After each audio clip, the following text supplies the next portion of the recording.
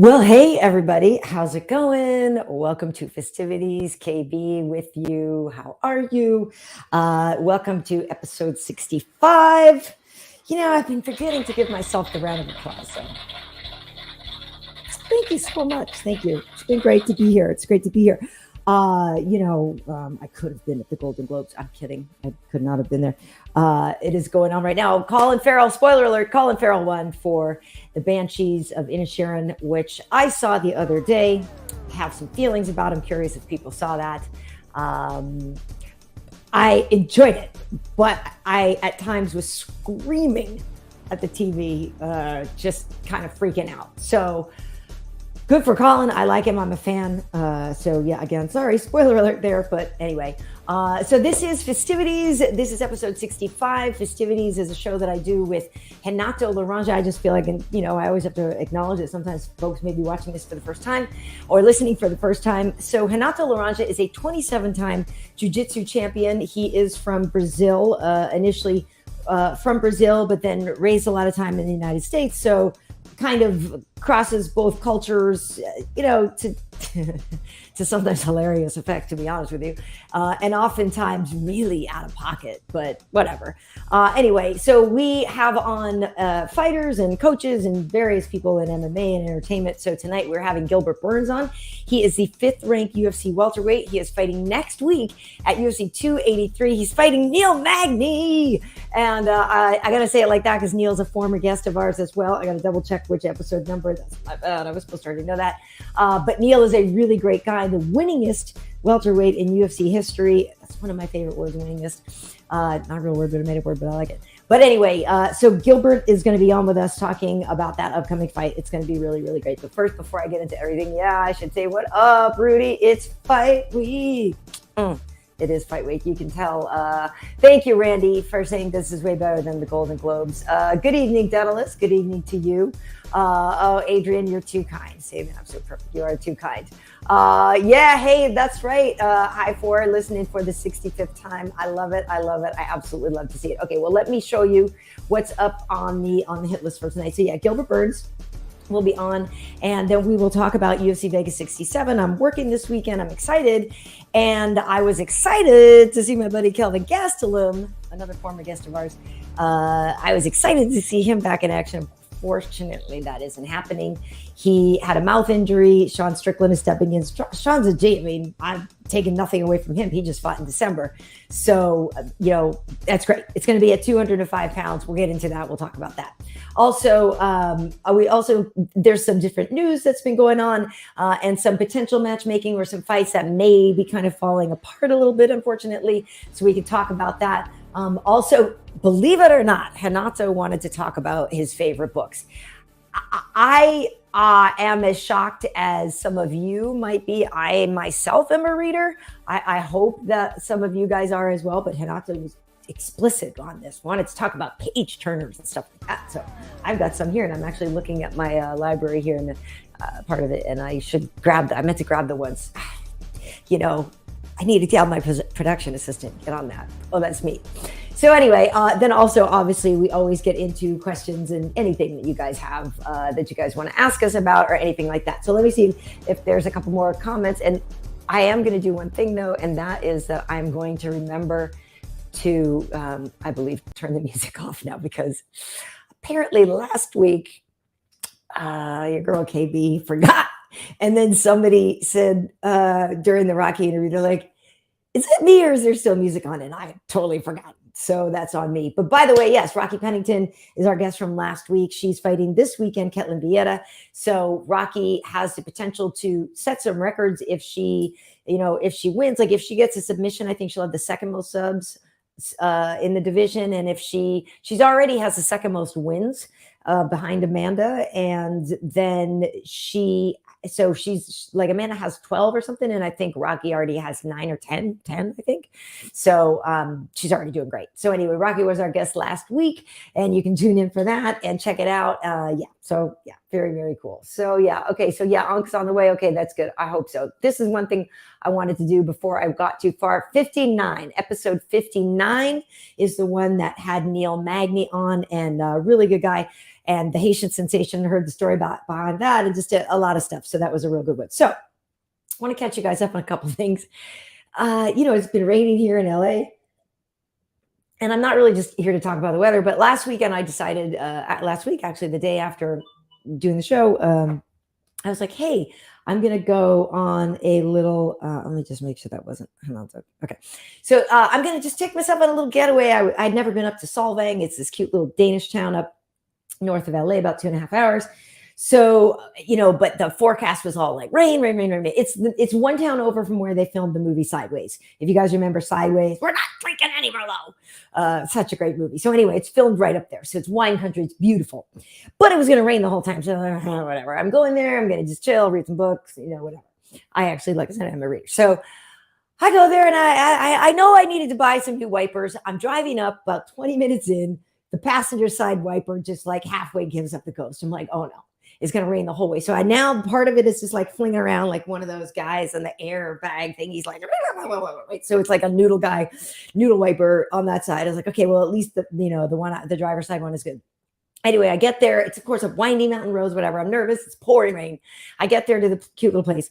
I got there I check in, fine. She's like, say my name. She did, okay, cool. Get this room. She upgraded me. I got a room with a fireplace now. Great. Things are going to be great. I made it. I'm here.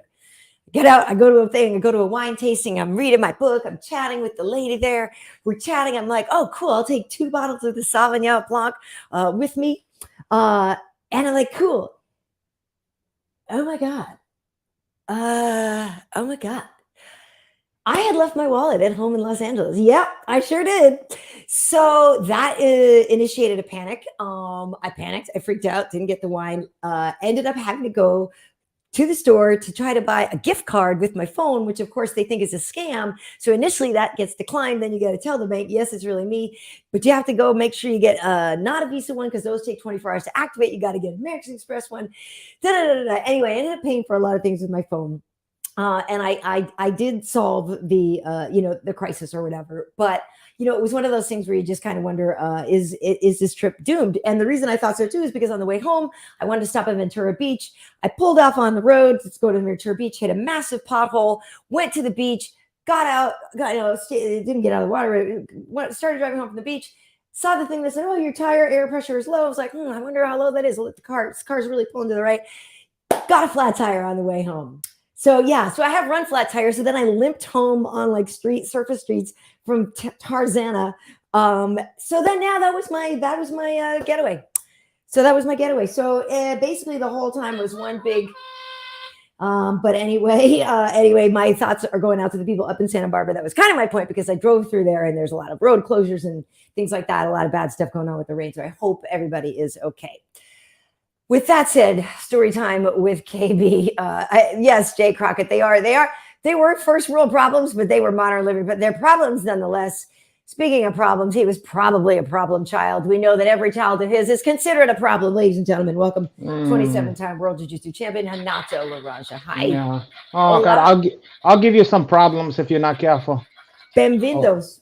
Oh, caralho. Don't listen. I'm trying so hard to work on my stuff.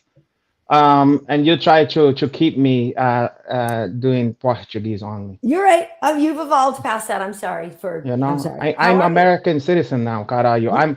I'm like fufu from Eddie Murphy. Like I'm American woman now. I want what's coming to me. You treat me like animal. You treat me like animal, but I'm American man now, okay. And I may sound like American now. I lost my accent. I'm work my stuff, and then you're trying to keep me down because it's jealousy and envy. It's not keeping you down. I love Brazil. I love Brazilian people. Why would if anything, it's just acknowledgement of a beautiful culture. I'll give you a beautiful culture. Anyway, did you hear about my sad getaway where everything went wrong? I heard a little something on there that you had a flat tire. Yeah, where did you went? Like off just other BS. It was just crazy. It was just like one thing after another. While I was actually there up in Solvang, have you ever been there? That little Danish town. Okay, so I know what it is, but I've never. I think I'm fascinated with the place, but I've never been there. It's cute. It would be very cute to go on a romantic getaway because it's up in wine country too. Wait, you want to go on a romantic getaway No, there not with with you. me? I did not say that. Well, I you said it just would. said, wait, people on the thing. Did she just say, hey, it's cute. It would be cute to go on a romantic getaway? Am I'm I saying crazy here? one could go on a romantic getaway. That's Not not that what you you and I said should. for, I'm huh? saying you could take a girl. It's a great idea if people are looking for things to do. I'm saying it would be a cute romantic getaway. See, you want your cake and eat it too, because if you say it that way, and then if I bite, you go, yeah, let's go or whatever. But if I don't, you go like this. I didn't mean us. I didn't mean us. Oh God, you want me to take you there, Yes. Okay. Yes. and Yes. Yes. I do. So what are we gonna do once we get there? Yes, you taking me up to Solvang for the weekend. How's it I'm gonna go? okay. So I'm gonna take you. We're gonna be in a hotel. We're gonna do a bed and breakfast. Okay. That's what I did. Yeah. Okay, but I'm gonna decline the breakfast part, and I'm gonna make a breakfast out of you, where I'm pour lingonberry preserves all over your body. Okay. First, I pour it onto you, the nape of your neck, then between your titties, your belly button, and then the coup de grace, your vagina, and then also, if you're lucky, your butthole. And then we're really cooking with gas, or we're cooking with grease. Um, Now that's just me. I mean, some people like to do other stuff. So I don't know what else you do out there, but for me, I like to keep it. I like to keep the zest, the Okay. joie de vivre. Can I think about it? Well, there's nothing to think about, cara. I mean, what's to think about? What's not you like? Yeah, you're like Handy from Christmas Story. I can't How believe did I the just little heard it. piggies eat? People are not supposed to know I do that. It's not supposed to. That's not supposed to It be come out there it in come the out of open. you. I'm gonna put lingonberry jam on there. Oh, boy. Okay. Oh gosh. Oh god. Anyway, it was. I enjoyed myself there. Hey, but listen. I'm Speaking gonna of your enjoy countrymen, yourself there. Dorino is going to be on tonight. I And know. I I'm know, excited like, from look that. at this guy's one of the toughest guys, one of the best, like one of the just the most like you got to tune in whenever he fights. Yeah, he's patting himself after yours truly. How so?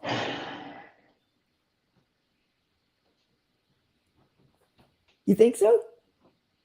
I don't know. Ask the guy. You might be very surprised. Did you ever grapple with him? Have you guys ever I trained never together? did, but I know I had he's a younger than me, and a lot of these kids looked up to me, and a lot of the guys didn't had a lot of hope, and they saw someone from their community did the great stuffs. Okay, okay, I get Yeah, and that. I'm I get wearing right now. I'm wearing the shirt just to commemorate. This is the signature badge boy of Shogun. Shogun, of Yeah, course. Like a yeah. duh, like I don't know that. Well, I mean, there was a lot of guys who was on the badge boy. No, but Let's Shogun, that those were his yeah. ones. He had the little white shorts and everything. Like it Yeah, was, and in the yeah, back you have like the Shogun arch and stuff, but I'm not gonna. exactly, exactly, But yeah, I exactly. have that one, so I try to make him to feel at home, because I know he's in wherever the fuck he's in Florida somewhere, and Right. he's probably get homesick, and when he see your Uncle Hinachi, he remember why he got into this thing to begin with. Yeah. Okay. Yeah. All right. Oh, look at those Okay. pearl necklace. Yes, it's pretty, isn't it? It's from Tiffany. It is. No, but not not To be the honest with you, it was store. a gift from my mother. So thank Oh you, Mom. God, it's not It from the was. store. It's like the Tiffany, the singers collection, from like Walmart or whatever. It's like this is It's Tiffany, and it's yeah, just signature Tiffany or whatever. just like my Jessica Simpson shoes, There which you go. yeah, I actually have a pair of her shoes, and they're pretty. They're kind of great, if I'm Are honest. they? But I'm like, oh my god, I'm buying Jessica Simpson shoes, but they're like these. They're real slut. They're like, to be honest with you, they're like Ooh, hooker high black I heels. love it. I They are. love it. I mean, not for nothing. That's what they are. And I needed them for Mm. a specific look one time, and Oh, so to they were spice things perfect. up a little bit. Oh, I don't know, but what was I going to say? So anyway, no, I love it. It was a gift from my mom. well, your mom have excellent taste. We know I that. know. I know. Hey, we've got a donation here from High Four. 20 pounds. Thank you so much. 20 20 pounds. euros rather. Right? Or is it the pound or the euro? That's the pound. The euro's the E with the Yeah, I think that's the pound Right. porra. Seeing you Oh, guys live God. after a year really warms my heart. And not will we ever see the return of Fabio de Souza. Who's So you that? might not even know what that is. Years ago, I I did don't a. know who Fabio is. Well, no, Name. it's actually he missed. He probably did a typo. It's Oh, Flavio okay. de Souza. And that is a character I played to perfection. He was a bad guy in a it was a departure for myself. I played a bad guy who was a steroid dealer, Brazilian steroid dealer, and it was a cop. It was a pilot for a cop show. It was like a pilot presentation that Seriously. that Eddie Bravo did, where No way. it's like a comedy. Look, it's a homemade comedy, Cool. action comedy, okay? And so Eddie Bravo is one of the cop, like it's a buddy cop thing, and the bad guy is, me playing Flavio de Souza, Right. and it's called Return of the Death Knuckle. And Oh, if you okay. ever want to laugh your fucking ass off, I mean, listen, I'm not saying it deserve any fucking Emmys or whatever, but you would die laughing at some of the shit on All right, there. I'll have That's to all I check have it to out. say. I'll have to check it Yeah. out. I just want to send Dorino a message and just let him know that we're ready when he is. I know what was I gonna say? He is oh, he's here. That's so funny. I'm like, just Oh, as I he's was texting here. you, perfect. So I was gonna say he is in camp because obviously next week he has got a big fight for him, but he is currently 5th ranked and he is just a general all-around great guy and quite a fighter. Ladies and gentlemen, Dorino, Mr. Gilbert Burns. Oh, Durinho. Dorino. What's Oh, up, guys? How are you? oh, I'm good. Thank you guys for having me. oh, you're Well, thank you welcome. for doing this. Fala, bichão, porra. Look at this guy. He's look almost like AC Slater. What's the guy's name? Oh yeah. What Who's is that? his? Anyway, people love him. It's a compliment. Let's just put it Yeah, that way. he's a good looking Okay. guy. Caralho, what's that fucking guy's name now? I can't even I remember forget. that one. I didn't watch. Whatever that show was. The high school. Everybody's gonna know the name of that one. I know. Anyway, hey, so listen, Dorino, we are just, like 10 days out from your fight. Yeah. I don't know, you've kind of fought everybody and you are so highly ranked. What do you feel like you're going to gain with the win over Neil Magny? First of all, I'm gonna win 2 checks. That's Ooh, that's already good. But a win over the Magny put me on a win column again. Coming from okay, it was a big fight. She might have people like it, but I lost. At the yeah, end of the day, I lost the fight. So it put me back on a win column again, and it's not my fault. It's not no one's fault that it's Neil Magny.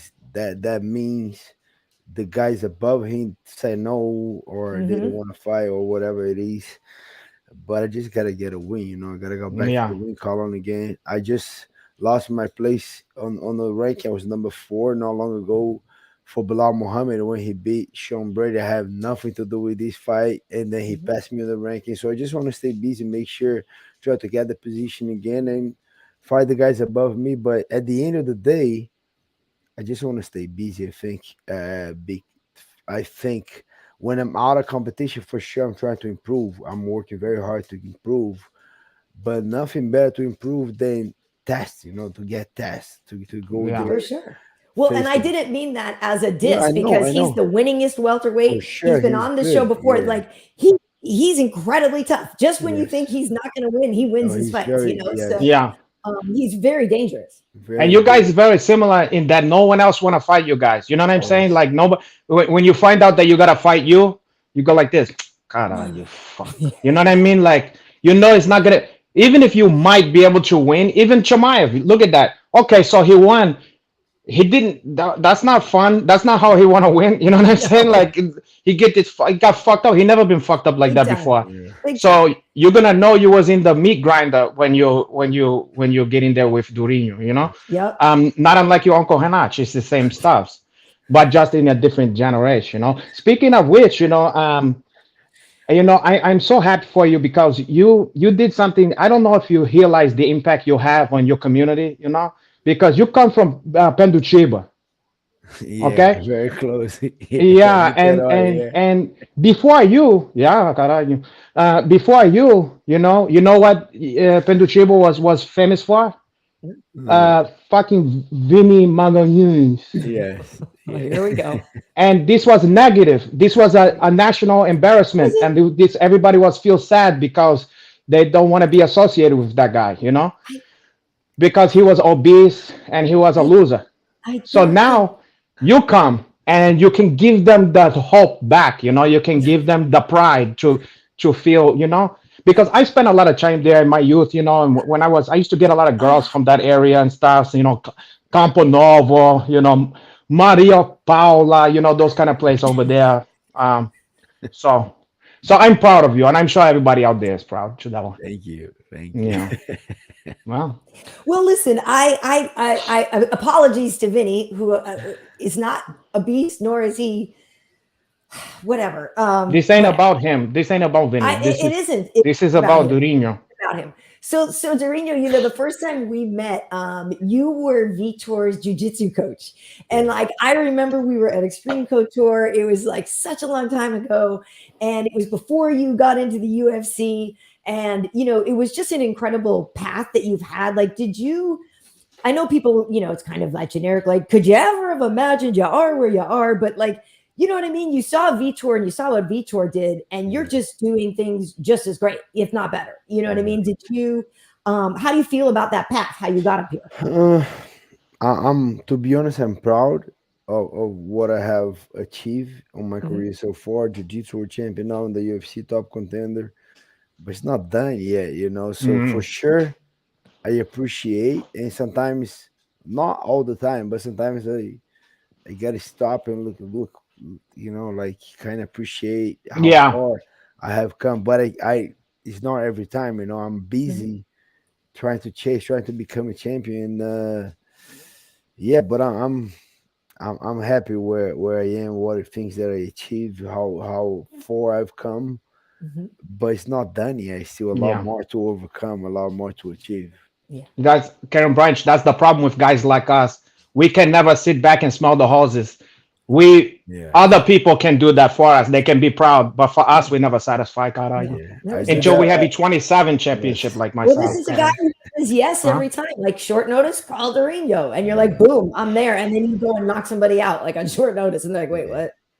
For but still a lot more to do. But I'm happy. I'm not complaining. I'm opposite. I'm very happy with my career so far, Yeah. but not done. A lot more to achieve, and that's what keep me going. Keep me training. You still got a lot of goals to accomplish, Hmm. and Neil Magny is going to be one of these. Even though he's a little bit behind on the ranks, but Mm. he's the only one that step up, say yes, and He's the only one who will ever step up. That he guy fight is. Exactly. anybody. Yeah, He was the only one. I respect that, and yeah.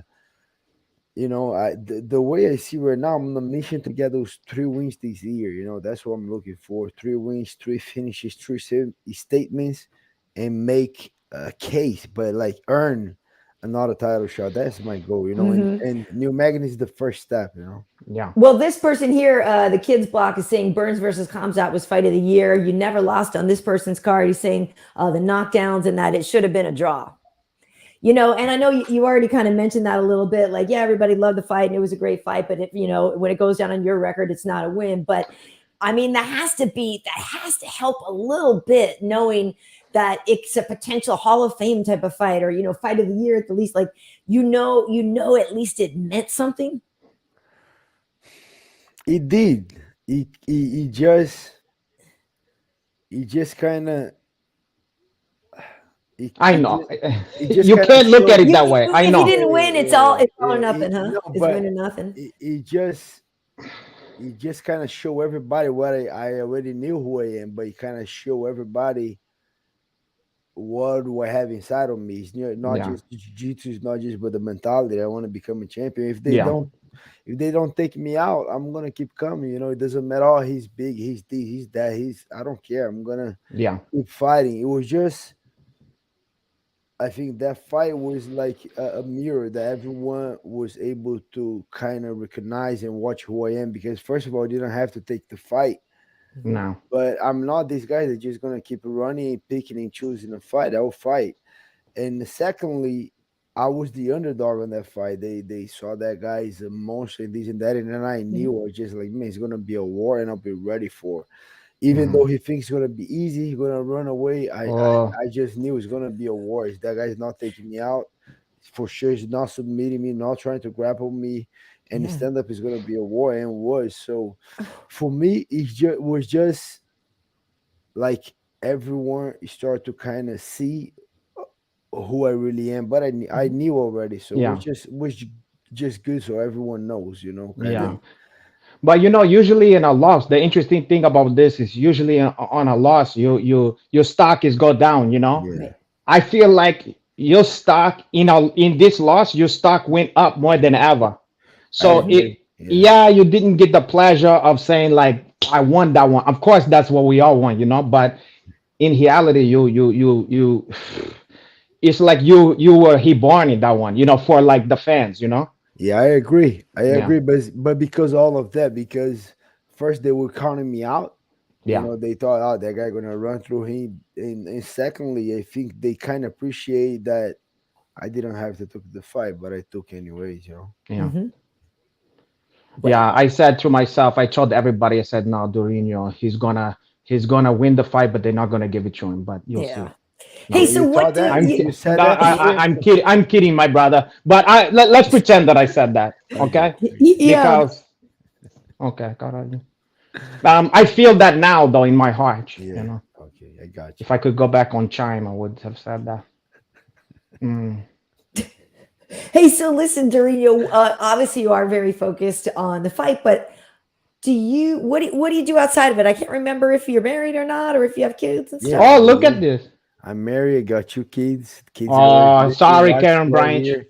Wife is And watching the Warriors now. The Golden State Warriors against who? Who's that play? What?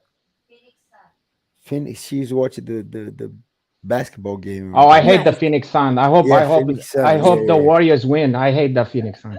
Oh God. They That's winning. nice. Well, that's good. They winning. Oh, 26-25 is close. Eh, Nice. it's too, it's Just It too just started. close for started. comfort. We're gonna Yeah. figure out later. But Um, yeah, so I was just curious, like, what you do when you're not training. And are you, Yeah. are you a gamer with the kids? Like, how old are they? Yeah, they 9. Pedro's 9 and Joshua is 8. They just Oh, year and a half apart. oh boy. So my kids are huge football fans, so yeah, they're doing football flag every time we're trying to play with the kids. So they get crazy with sports, football yeah. most, then MMA and basketball. So Nice. yeah, so That's my favorite ones too. yeah, American football. Yeah. yeah, American Yeah. Yeah. football. Yeah, Oh, yeah. American They football. Oh, okay. after World Yeah. Cup they got a little bit into soccer, but they American football Yeah. like Oh, big okay. time. Wow. So we Yeah. go to the Miami Dolphins games all the time. So Oh Nice. wow. yeah, yeah, I'm so sad about Chua. I have yeah. Chua Me on my too. fantasy football, and I said, Me God, you this too. fucking kid, he have the worst luck He because he got. have the talent. He have the talent. He I could agree. be as good as He, anybody on I the think league. he's the only southpaw in the league, right? The QB is the only southpaw, but he got Maybe right three. now. I think he Mm. got 3 or 4 concussions back to back. Yeah. Yeah. He's out of We this came one back too again. soon. Yeah, They pushed him too so soon that one time this year, they and they pushed. shouldn't have did that. You never do that. No, and he's Mm-mm, not good mm-mm. right now. So yeah, my kids are into that. But when I'm not in camp, when I don't have a fight, I try to make a plan to improve. So I sit down with the coach saying, okay, we're gonna try to get my wrestling better or whatever, my Mm. Mhm. striking this, and we make a plan to this. And I have a lot of teammates that help me a lot. So when those guys have a fight, I give those guys a couple sparring rounds, but I try to avoid sparring so much when I don't have a fight. Yeah. And Yeah. I Yeah. and What's the I point? yeah, and I spend time with the family. So we try. We went to the fights. We went to the whole family went to International Fight Week. We went to Orlando to the fights. I went with Nice. my little one to the Arizona card when Easy fought. Oh, Nice. okay. We went to I went to another Apex with my older son, so they Oh, want wow. we just be Nice. active with the sports and with the family. Nice. Yeah, I Are like they? to my family to do stuffs without me, so I'm not over their shoulder. So I just have them, the different moms of the kids. I say, knock yourself out, go do whatever stuff you want. That way they can do a variety of stuffs, and Uh, I'm not gonna interfere with that one. So yeah. that's more No. important. I was wondering, are they built like you? Because I can see like a football coach seeing you and like seeing like a little running back, you know, to be like, Oh, awesome, I got a for tank, you know, sure. like, The little yeah, so are one, they, I gotta send you the videos. The little one is so good, so fast. Like Wow. yeah, every time that they go, the coach come at me and say, "Hey, the little one is so good, but my oldest one, so smart and he's so strong." Like, yeah, but they both in love. So yeah, I'm gonna nice. support. I'm gonna That's support great. those guys in That's That the must great. future. feel Yeah. good. Ah, that Yeah. is. I could imagine like a little Barry Sanders, you know what I mean? Yeah, Just like, yeah, yeah. That's the little one. yeah, Yeah, so yeah. fast. Yeah, my dad used to coach Pop Warner football, so I always liked Nice, football from a young age too. Like I nice. always, just appreciated it. And yeah, like I know people get scared and everything that's going on, especially now with Yeah, Damar. People get real nervous, and some people don't Hey, yeah. ever want to have But their they, kids play football. yeah, but But they're doing flag. He's yeah, no tackle, so flag. yeah, flag yeah, is Plus, if you think about this, like it was a very, I talked to my mom who's a nurse, and she was talking about what happened to him is like a perfect storm. Even the fact that she was explaining to me that the blood cycle between your brain, your heart, you go mhm, all over and it take a certain amount of time. mhm, It had to be in the height spot just when he got hit. Like so much stuff yeah, was lined up to make the worst shit happen. mhm. Because let's be honest, I mean, terrible things can happen in football, but for sure. the amount of it's less than you would think. You know what I mean? Way Like how less. this Yeah, never happened before. With people getting hit all the fucking time. So, yeah, for as violent as that shit is, people, I don't know. You gotta let people do what they love. for Mhm. sure. Yeah, like Yeah. And if you want to fighting. be a fighter, Yeah, like but you would think a fighting. lot more people get fucked up in fighting, and No, the a lot amount of more in people, football. Yeah, yeah, way more because you know why? Yeah, because in MMA at least we have a division and we're training for it, so we're getting ready to a fight. Yeah. Those that's guys, true. That's those true. guys are running. Think about it, a running back and running, and you got Francis Ngannou and three giants running after Yeah, this guy. And if they hit you, yeah. Right. That's it for just you. It's not like only running back size guys get to tackle you. no way. True. Yeah, It's huge funny. I guys. never thought of That it that makes a way. lot of sense. You're right. I never fucking thought of it that way. That's a simple. How do you thought of that? Um. Think about it. You're Smart running guy. and then Taito Vaza and Oh, Right. Ngannou and another one come after you. I'm gonna yeah. run so Yeah, that fast, but sucks. if they catch me, shit, I'm That's stuck. it. Yeah, Uh-huh. That's what's a motivation, though. It's true. That's why they run so fast. Well, Yeah. Renato, listen, we can't keep Dorinu too late because he's on the Why East not? Coast and he's on the East Coast and he's fighting next week. He's Um, watching basketball. What no, he got? Pisces. but Yeah, but he's I just don't want Renato. I want to make sure that you had time to ask him anything that you needed to ask him well. or anything like that because I didn't want us to have to let him go without you We're asking not him gonna let him something. go, Poha. He's let him to suck this in. He's with one of his. He's probably very nervous here. He's with one of his Oh, is that idols. it? He just wanted. Okay, yeah. Yeah, I'm sure he used to had one of those poster. I think he probably had one of those ones. Like it's a big, big thing, and you stick it on the wall. It's like the big head or whatever, the big one, Yeah, and you can, you have like a fish tank next to there, and your bed is like a haze car and stuff. And then you look your uncle Hannah, you go, oh God, are you? One day, for her, One day, one oh day. Gia, oh Gia. Um, so, one stuff I do want to say something nice. That we friends here with Chiron Spawn. yeah. Yes. And we was talking about you, and don't get too excited. We was talking about you, but he said that he said one thing about you is no matter what kind of fucked up day you're having, you attitude and your positivity and your smile and just you glowing in practice, you can't help but feel good when you're around Dorino. Oh, That's what he said. that's And he cool. said, he admit, he goes, I'm the opposite. Yeah. but he said, Durino, you just can't fucking help it. These guys just bring you up. And I Yeah. said, that's so valuable for these guys. You can't put money on that. Yeah. Yeah, I agree. They say that a lot of guys say that, but uh, Now you so don't seem like yeah, that. no, no, but He goes, but what yeah, I'm a heel hay of sunshine, kind of.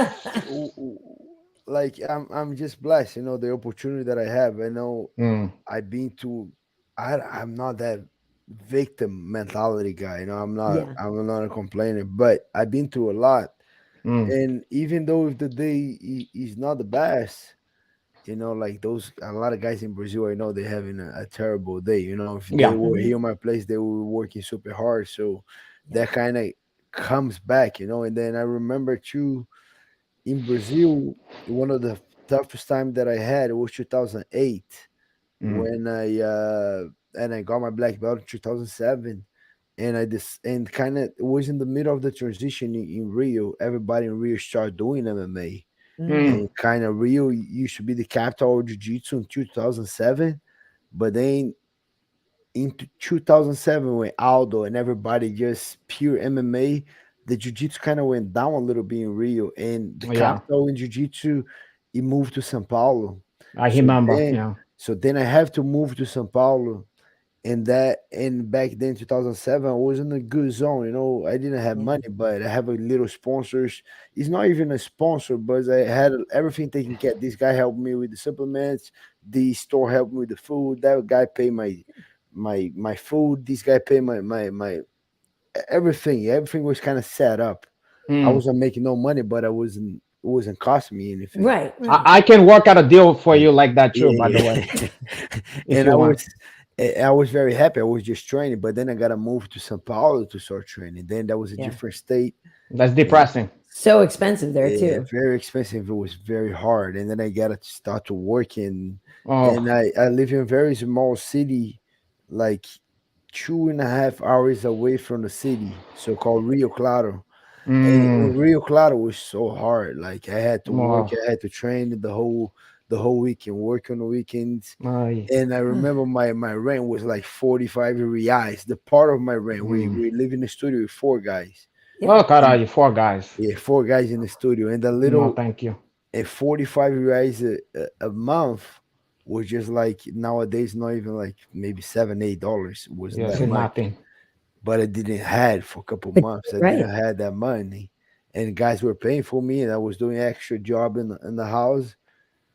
And whenever the day is bad, I put myself back in Rio Claro, and then Ah, that just changed. So even Yeah. nothing's good when I get to the work, I have work to do, and I don't know how, but I can clear that, focus on the work, and make sure I have a good training day. And I don't know how, but I just put myself back, and then I'm able to change I like that. the goal. That's a And great perspective to have. I Mm.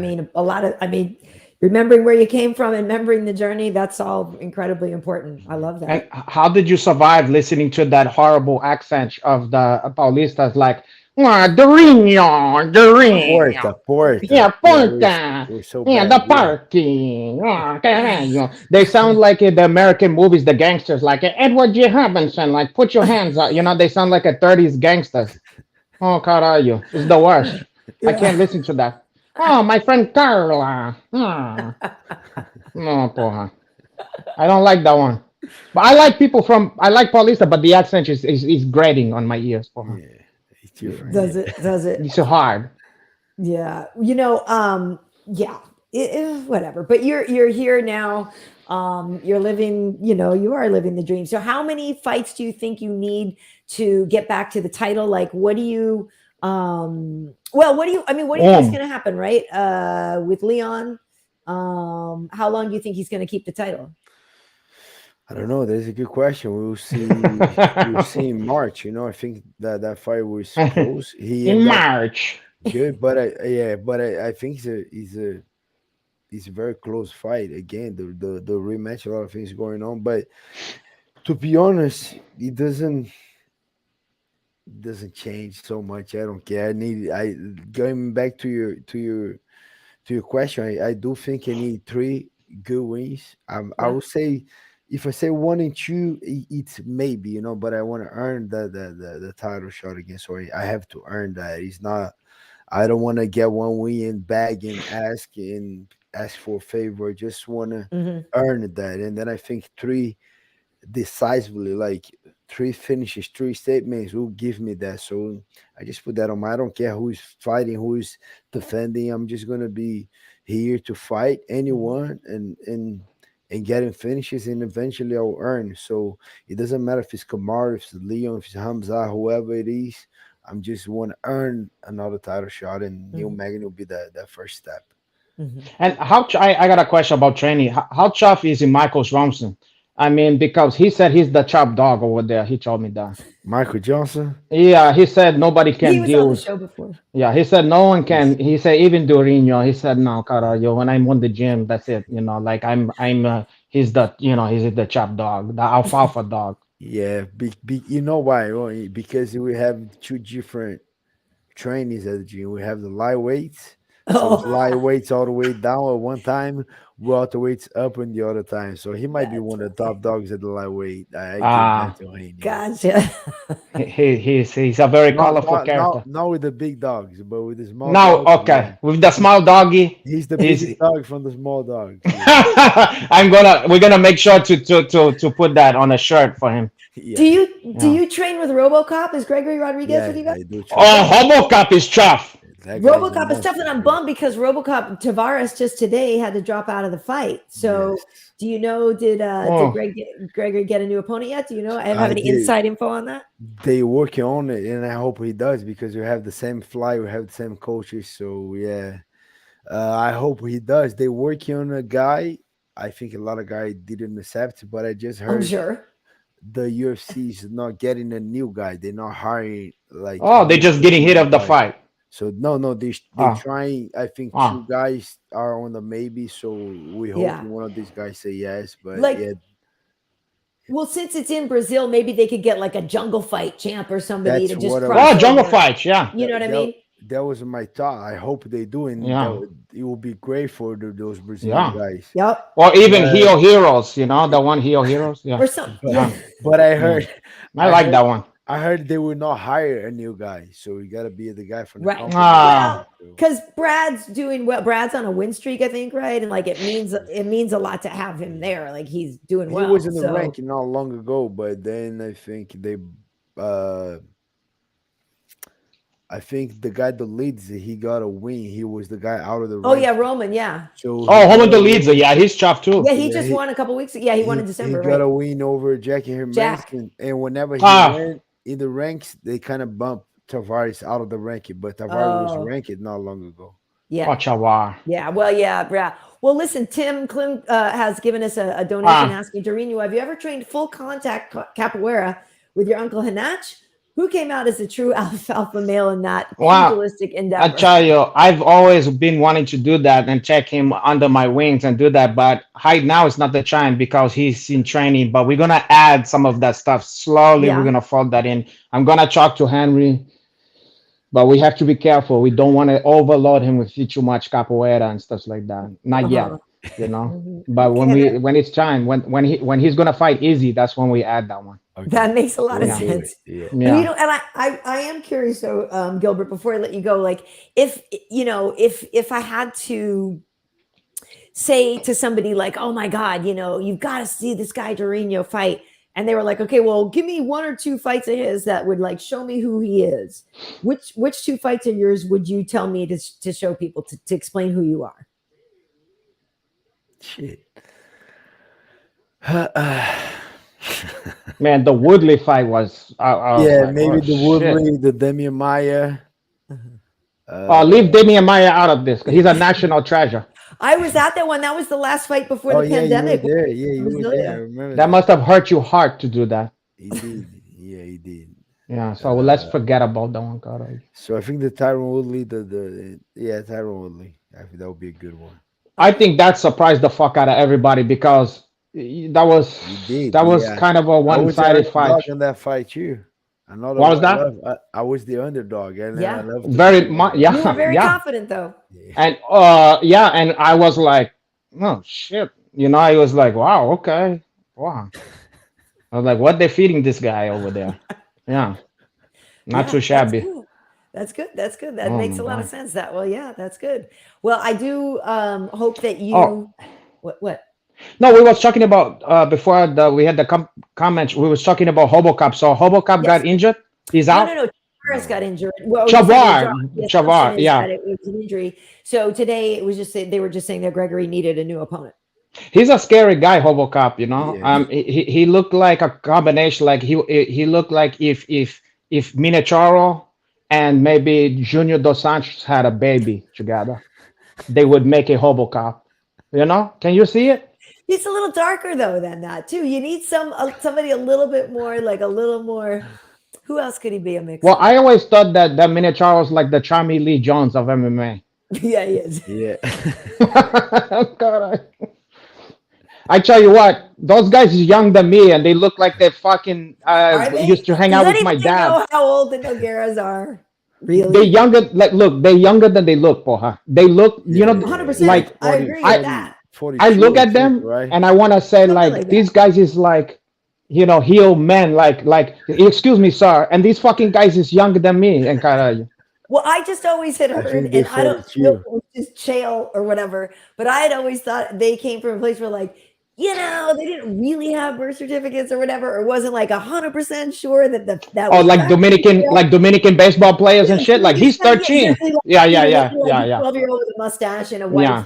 You know, but yeah, so that the Nogueiras may in fact be a little older than stated. Yeah. The Nogueiras, I think they're the same age as Vitor, but Vitor came in so. I mean, look, I love those guys, but they look like they've been through a lot. They look like they've been through a lot of stuff. Yeah. Yeah. I think. Well, I was on Nog's show when we were over in Fight Island. He interviewed me for his YouTube show. We did it in Portuguese. It was great. It was actually really, really fun. But my friends tell me some stories about working with him, and he sounds like a handful. But of course, he's a legend. So he's 46. Oh, okay. Wow. Okay. Yeah. I seen him at a club years ago. I remember like Dre's, you know, that after hour place in Vegas. And I saw him, he was partying and shit. And I just went by and I put my hand like on there. I was like, you know, follow Bichon, you know, and he kind of looked at me like this, like, you touched know what I mean? And I was like, okay, caralho. I was like, never mind that then, I guess. Yeah, not everybody, you know, a different stroke for a different folk.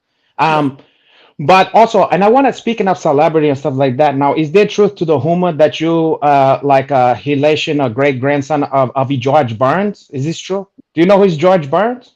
No, I don't know. Oh, okay. He's an old guy. He have the cigar, and he's in the movies like Oh God. But in Brazil, they call Oh Deus. You know, it's he's a sensational actor, and you know. Maybe. But yeah, I didn't thought that was true, but a lot of people was telling me that. That's the word around the campfire. What's the latest with your brother Herbert? Oh, he needs getting better now. He did the surgery in end of August, so he still got a couple more months to recover. Okay. But yeah, surgery this time was very good. Oh, good. The last surgery before this one, he had a lot of pain during the whole recovery process. Now the knee is going good. You know, they make a different hole, different ACL. So it was a fight at the beginning, but now the knee is finally healing. And I think a couple more months, he'll be good. We're targeting something by July to do a good comeback with a good recovery. But yeah, I hope everything goes good. What's Herbert's nickname? The Blaze. The Blaze? Yeah. The Blaze, like the fire. Yeah. Like Fogo de Chão. Yeah. Yeah. You know, I got an idea for him. He should put a gimmick. As soon as he knocks somebody out, he should, you know, the card they give you on Fogo de Chão, you know, like if you say you won or not, he take the head one and put it on the body of the guy that he knocked out. Like, this one don't need no more here. Easy done for tonight. Imagine that. His stock gonna go like this. That's not bad. That's more important. Listen, that's more important than even the Hamza fight. His fight, he's gonna skyhawk it to the chop, you know. And I can manage that one, you know. I think his brother's probably better suited for that. Well, hey, listen, you know, I'm trying to help. That's all. Well, you know what? We got to let him go, Renato, because it's fight camp. You're traveling. Are you going early? When are you heading down to Brazil? Yeah, I'm going Saturday night. I'm going to be there on Sunday. Nice. Get acclimated and all that. So, go ahead. And I know that your wife is still there watching the game. Now, does she have any friends that might be interested in you, Uncle Renato? Or, you know, like if I come out there, I can, you know, let my hair down and Have some Yeah, caipirinha, she and get a couple good friends there. yeah, that might be interesting. Somebody like your Uncle Hanan. Do you have a Maybe, couple maybe. of Yeah. guy friends, Dorino? Never mind that. Do I'm they single. like? I'm Do Yes, she? I single. do. I Yeah, do. we're not worried about You that. going? You're not going, right?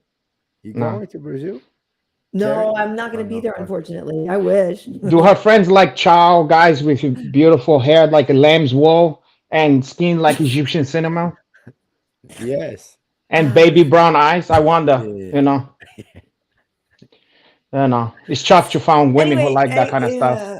And Dorino, we might and have dimple to have like a that. sidebar Dorinho, conversation look at about some of that. your. One of her friends might fall into the crevice here. She We trip and gotta fall into that one no, but he and might get have lost some in there. jujitsu friends in Vegas every now and then. Hey, can we Like get it's hard for you to get laid here. I mean, caralho. Like, oh, we gotta find the guys to hook you No, up but with. I could also practice my Portuguese as well. That would be very I'll give you your Portuguese. If you Yeah, I don't just care. need a tutor. That's what I'm really Yeah. looking Okay. Porra. Okay. for. With Benny's. Uh, um, Okay, Dorino. well, hey, listen. Thank you so much for joining. Wait, This was what, a Renato? We gotta this let him was a know it's treat. late. This What? was a treat. I know. I'm telling him this was a treat for him, and I'm proud that you got a chance to, to finally. You've probably been wondering what it's gonna be like. Now you finally one of your bucket list. You can check that off the list. You Okay. have a full conversation with your Uncle Oh, Hanan. So, hey, question. By the yeah. way, how good is Gregory's English? Because we would love to have him He's on good. someday. Very good English. He can speak. Yeah. Don't Very. you think? So we can have Wouldn't that be fun Robocop. Sure. to have One Robocop I on? would hundred. That would. love One that. hundred percent. 100%. I Well, would let him love know. that. Let him know we want to have him on I sometime. will. I Yeah. will. Cool, cool, Okay, cool. my okay, my brother. Awesome. Well, Dorino, it's great to see you. Yeah. Boa sorte. Thank Best you. of luck to you. I know it's going to be a great fight with Neil. You always show up and just throw down, never in a boring fight. So, yeah, best of luck to you. And thanks for joining us. Thank you, guys. Thanks for Ok, having me. valeu, fera. Yeah. Valeu. Have a good one, guys. Casca grossa. Bye. Casca grossa. Oh, porra. Oh, look at that one. Ciao. Bad boy for life. What a Look, guy. That guy can fight. of course he can. I mean, everybody loved that guy. I don't know. We tend to say this a lot because we get good guests and stuff like that, but Right. he's just one of those people. Like I never seen somebody come up to me and go, Gilbert Burns, not into it. It's not my type of. I mean, if you like fighting, you're gonna like the guy. Right. Right. Same with like HDA or I mean, there's just certain very Exactly. cool guy. Yeah, he did And kids back saying Burns mad cool. Yep, yeah, for sure. I mean, what else do you want? Somebody who give you who give you everything in the ring or in the cage, and is not afraid to fight, not afraid to go out in shield, have skills, have the porrada spirit. I mean, he kind of have everything you want out of a fucking fighter, True. So True. and he don't duck people and nothing. So it's you like to see guys like that get rewarded, you know. Yep. And funny exactly. enough, Neil Magny is one of that same kind And of that's people. what I was just going to say. Yeah. That's the crazy thing about it is he's fighting you would say the exact same thing about Yeah. Neil. And that's why it's intriguing. And even though Neil is ranked below him, Neil is the spoiler and Neil's the dude that's just like, oh, okay, I'm not supposed to. But win he's tonight. not stupid. Okay. He's not Yeah. stupid. He knows that at least, He knows. Yeah, they both Doreen know that. knows that. Like Yeah. it's almost like that Spider-Man thing where they're all pointing at each other. Yeah. And in a situation like this, it's gonna be who's the best man that night, because you have them fight Chen Chang, who the fuck knows what's gonna happen. So you kind of, since I kind of know both of them now, it's like I just hope the best man win. Whoever worked the hardest, whoever deserve it more that night, let that man to win. Exactly. Um, Well, there were a couple of comments that came in while we were talking, but you had been talking about the perfect storm sort of with Damar Hamlin getting hit. And Tim is saying that that you're a medical expert specifically on the blood flow between your brain and your heart. And Yes, that's why I love intelligent women because they get my brain to be excited, stimulate, and then the blood go high to my Johnson. It seems like it's kind of always there, if I'm honest. Well, here's the problem. My perception is that it's always there and not so much in your brain. Well, you see, here's the problem with that. When you're so smart like me, and then also your Johnson is so powerful, the problem is all the blood go from your brain, then to your Johnson, and here's the problem. It skip your heart. That's the one is the heart don't get involved. And guilty as charged, You're making a lot of sense. So between that and the revelation about lightweights getting hit by heavyweights in football on a football field, we've had a lot of clarity tonight, Renato. We're doing a lot of healing here tonight. But yeah, my Johnson is just so power. Or whatever. And that's very likable quality. Speaking of powerful Johnsons, I can't. No. Speaking of dark, I've said, when are we going to get Sheck light-skinned heart Congo on here? He's like the dark-skinnedest heart. He's a dark-skinned heart. The darkness. His heart of darkness. His heart of darkness. He's my homie. He's so fun. I love that dude. He's hilarious. Well, that's why they used to call him Joseph Conrad, because he is the heart of darkness. Kind of. He's a black from deepest, darkest Africa. He's black. Yeah. Black. Oh, look at this. Thank you, Eric Garcia, for the donation. $10. Listen, we appreciate this stuff. I always wonder who is, it would be interesting to know, like, I'm of the opinion that these money is supposed to be for me, but it was supposed to be for us to go to dinner, which, remember, I mentioned to you, we were supposed to go out to Crossroads, have our vegan feast before the holidays. You were busy. We didn't get to do it. And we since have not. But I was providing a feast. Literally on the table, pun intended. And you just were like, listen, I was giving a feast. I was providing a feast for some other female at the time. Tube steaks? Yeah, tube steaks smothered in underwear. But and it's unlimited bright steak. But you know what it is instead? Instead of that one Italian, it's a pumpernickel. You see that? I actually love pumpernickel bread. Oh no, mine is more like a pretzel bread pumpernickel bread with a thick cream cheese and salmon from Zabar's. Never mind Zabar. Oh, with me, you're not gonna get no Zabar. I'm about to fly to New York just to go to Zabar's. I literally almost even tweeted something about Zabar's the other day. For those who know, oh my God.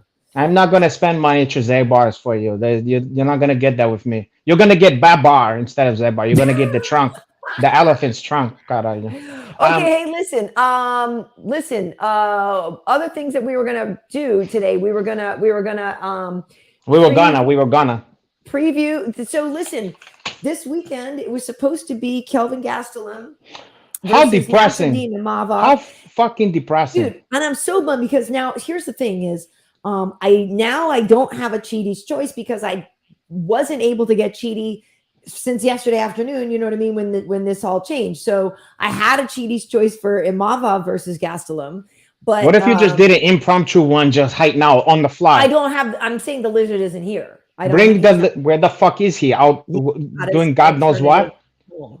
Oh, so now he's just so famous now. He's out there doing God knows what. You can't. He's at his pied-à-terre in the city. I see how he's changed. The lizard is my daughter's pet. Oh, so she go wherever he go. I mean, he go wherever she. I thought he's always there. She's over there, and when she's. I thought he's always at your place. God, no. I never even considered that. So I have my 2 fish tanks, but Cheaty, he travels back and forth. He's got 2 homes. That's interesting. Yeah. That's interesting. So I didn't see Cheaty since the news broke. So I'm sorry. Oh, that's very sad for the viewer. It is sad. So I don't have a Cheaty's choice, but his record is 14-3. That's what I'm saying. I know. And so honestly, he had actually picked Imavov for this weekend over Kelvin. Interesting. Which made me sad. Well, maybe now this is a blessing because I know, now that's not going to. So when he did that, I was like, oh, I got nothing against Nasruddin Imavov, but Kelvin's our G. So you know. We don't know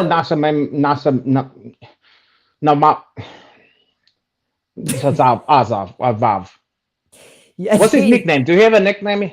Nasruddin Imavov, I don't know, but Eric says I'm not sure what that means, but I don't know. I'm sorry, and I'm sorry. No,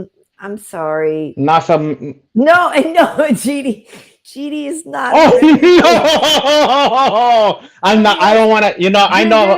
Dude, listen. I know, Krause. I don't even want to make jokes about that one. Cheaty's being investigated. You know what? I feel so bad for Krause because I get along with that guy so much. Oh, I know. I It's feel so like a wrong. piece of shit making fun of that. I can't Dude, I do it. know, because James is such a nice guy, but and also the other Yeah. thing is there might be some collateral damage from a lot of people that were involved in that as well. And it'll be interesting to see what all I shakes out with that. I don't wish that upon nobody, Carallo. That's a Yeah. tough one. Yeah. Yeah. Especially not Backflow Dan, this is Chidi. a good question. Is Eddie Bravo coming on soon? You never know. I wouldn't hold it out, and I wouldn't hold your breath. Right. You never know about this kind of Well, stuff. so this weekend instead, Imavov, who is coming off a win in Paris, he beat Buckley over there. He's Oh, gonna in be fighting Sean- Paris. Yeah, which was amazing. Oh, in gay Paris. Oh, and I just today, speaking of Paris, side note, Wow. I had bought some soap over there because French, of course, the soaps are beautiful. Because they don't use soap, so it's like a hair thing over there. They're like, look at this shit. So You ever seen I this in your life? bought a bunch of it, and today I used a new bar in the shower. It was Fleur de Lotus, and it's so beautiful. It smells amazing. So I was on like a little Parisian vacation in my shower. I'll give you But a anyway, Parisian. I'll give you a Florida the baguette. I'll give you a baguette, exactly. baguette if you're not careful. But at any rate, Sean Strickland coming off the fight in December over with Jared Cannonier. He was pissed about that. Which I thought Jared won personally. So, I did too, but he didn't. I thought it was kind of obvious, but people were like, "How do you mean obvious?" And I just thought the whole time Sean was too reactive, and I thought Sean needed to be more aggressive and go forward. It's different criteria. It's like I said, you leave it to the judges. It become you're critiquing arch at that point. Yeah. And well, so at any sees rate, different I stuff. think that will still be an entertaining fight. Yeah. It's going to be 205 pounds though, since the short notice. But it's going to be 105 pounds. 205. But it'll still have bearings, like on middleweight rankings and stuff like that, since they really are middleweights. It's just that, since it's short notice for Sean. Sean's a tough dude stepping up like this. I mean, obviously, very much so. Listen, that's never been in question. He's always good to go. So that's never been in question with Sean. Exactly.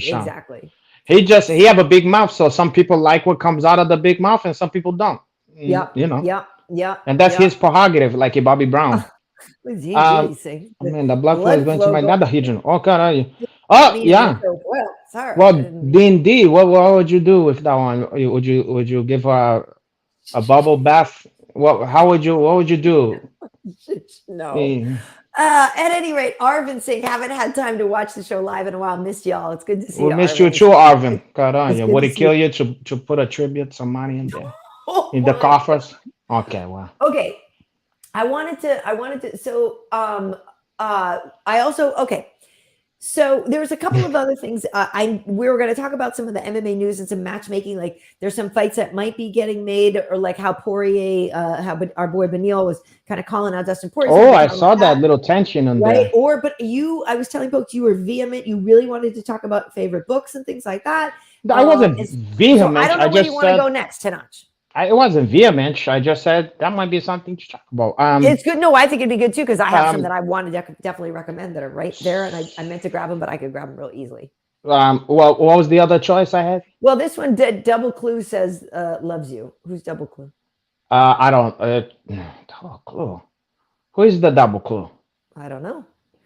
Eric, who is that? Should I know that? It's gonna be embarrassing if I'm supposed to know what the fuck Double Clue. Is this one of these young Harper? No, that would be like a little clue or a little clue. Young boy clue. Yeah. ASAP clue. ASAP with the Clue-sap Ferg. Little Clue-sap Fergie. Little Clue-sap Fergie. I do actually think though, since I mentioned Beneil and Dustin, so basically what was he Benny basically said, like, if Dustin doesn't want to fight him, he should just retire, because like he's already fought all or is he just like a prize fighter guy now? Because if he's really trying to be in the rankings and look for title shots and stuff like that, like he's got to face Beneil, which I understand both guys' side, okay? If I'm Beneil, I'm saying this. Of course you gotta say this, But if I'm Dustin Poirier, I'm going, listen, motherfucker, I'm trying to make as much money as possible at this time. And don't knock my train off the track. Well, Benny's totally capable of doing that. Well, here's the thing. If I'm Dash Poirier, I've already kind of been there and did that. And at this point, I'm sure he won. I'm sure that there's not too many fights that get him up in the morning. You know what I mean? Like, and he Yeah. probably have only like an idea of which, a limited amount of fight he want to do left in his career. Mhm. I think he's getting to that point where he's For starting to sure. think Gotta about be. winding that If one not, he down. should be. Yeah, and he's made a lot of money, but I think the motivation now is probably what is the biggest pay-per-view event that I can fucking make. That's what I want to do before I leave, if I'm him. And I understand that he have the daughter and all that. He's thinking, how can I maximize this position that I have? Yeah. He's not back when he was full of piss and vinegar trying to make his way up the mount. He would have loved probably to test himself against Beneil, going like, I'll show you. You know what I'm saying? Like, Yeah. I'll beat you ass. Like he probably check it personal. Yeah, I'm Right. gonna, prove this.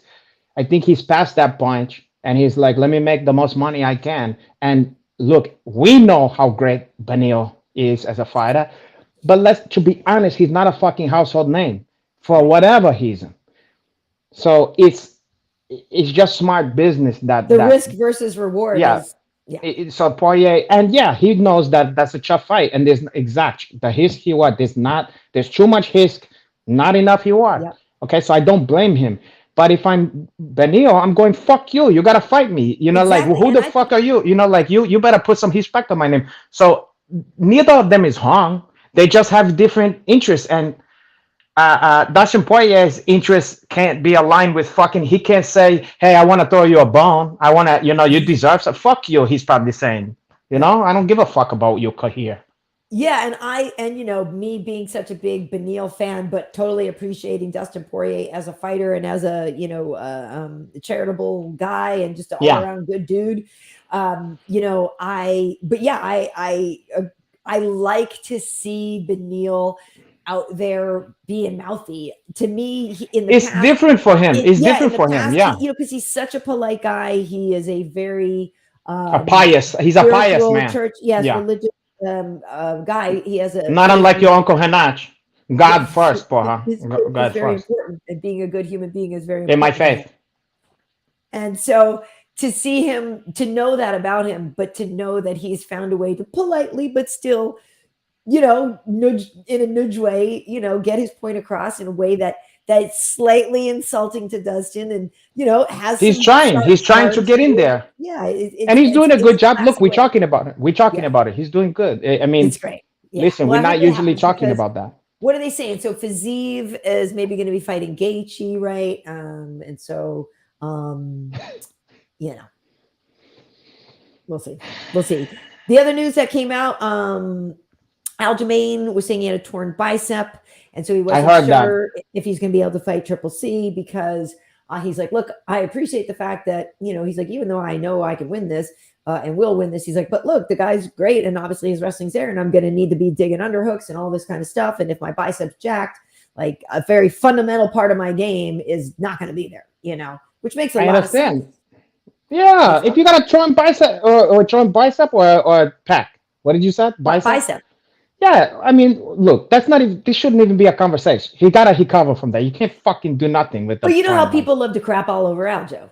Of course, but I mean, what are you gonna do? Yeah, it's I was out from my pinky getting fucked up. You know what I'm saying? Like, come on, a torn bicep. Yeah, no, I know. All right. What was I gonna say about? I don't know. I just know, but Triple C coming back is. I mean, how do you feel about that? Do you like? That's exciting. He should have never quit in the first place. I mean, this kid. I mean, he. I don't know why the fuck he stopped. He should have been fighting. He should have been fighting. Look, no matter what you think about that guy, I like him. It's funny. Well, I like the guy too, but I get why people don't like him. You know what I mean? I get it. They and fell for the act. It's exactly. But check away all that shit. He is a fucking exciting, dynamic fucking fighter. So why would anyone not? If you like MMA, why would you not want to see this guy? And it's not like he's old or fucked up or whatever. He I don't know why he took up he tried. I don't fucking know. So yeah, I'm glad to see him back in there. Me too. And he's really entertaining. He's a really good fighter, but it's like, people he leaned into the cringe so much. And I think it's so funny because even that time when he was in there was like a girl's blazer, that sparkly one, that time with the rubber snake when he's playing DJ, like even he knew it was ridiculous. You know what I mean? He knows just what he's doing. He knows exactly what he's fucking doing, and it's working. It's the same thing, like obviously I am of the group of people in the target to be offended by things that like Colby says, for example. And it's like, so obviously I know it's an act, but I can't lie. Sometimes, even though you know it's an act, you're like, yeah, but I still shouldn't say stuff like that. Like it still hurts me because it actually triggers real stuff that's happened. You know what I mean? Yeah, so but the difference. It's like the difference with but the difference with Triple C is that it's just douchey. It's not horrendous. It's just it makes him look. It's just it's a special flavor versus like yeah. It's just I don't know. It's just different. But they're both good fighters. I mean, look, they're both good fighters. They're both excellent fighters and both exciting fighters, and talented, whatever. And you know what? What would we do if there was people not to hate? Look, here's my least favorite kind of fight. The Gilbert Burns versus fucking Neil Magny. Because I like both the guys and I hate that. I don't get to enjoy, like if someone have a spectacular finish, I don't really get to enjoy it that much because I'm like, but what about the other guy? So I love when somebody fucking I cannot stand is fighting. Right. If we didn't have that, it would be like an action movie with no villain. Like, so for example, remember when two of our guests, when Bobby Green was fighting Ally Aquinta, we were like, God damn. Yeah. Same with Bobby Green fought. Dirty Bird is fighting somebody that we love. We're like, come on.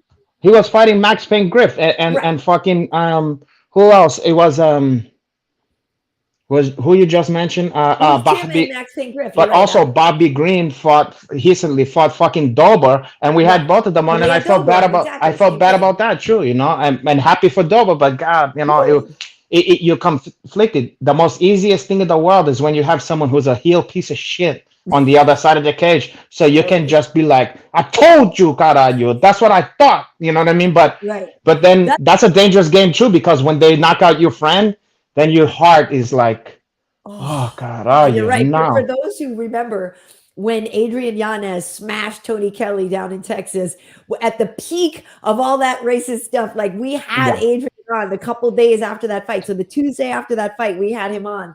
So go back and look at that episode because it was really, really fun. And Adrian was great and just telling that whole story because you're right. It can be very dangerous if you have too much emotion invested in the fight. Then you're so fucking nervous. But it's just his keyword. It's like if you really care about a sports team, and you hide or die with them, it's like elation when they win. But when they lose, you take that to heart. You're like, you feel like somebody died or something like that, For sure. And when you see your friend get knocked out, that's the fucking worst. That's just like that part. I would love to see it. Wait, if Gilbert versus Colby. I mean, you know what I mean? Because Colby's like, where is he right now? He's just that would be an amazing fight. Yeah.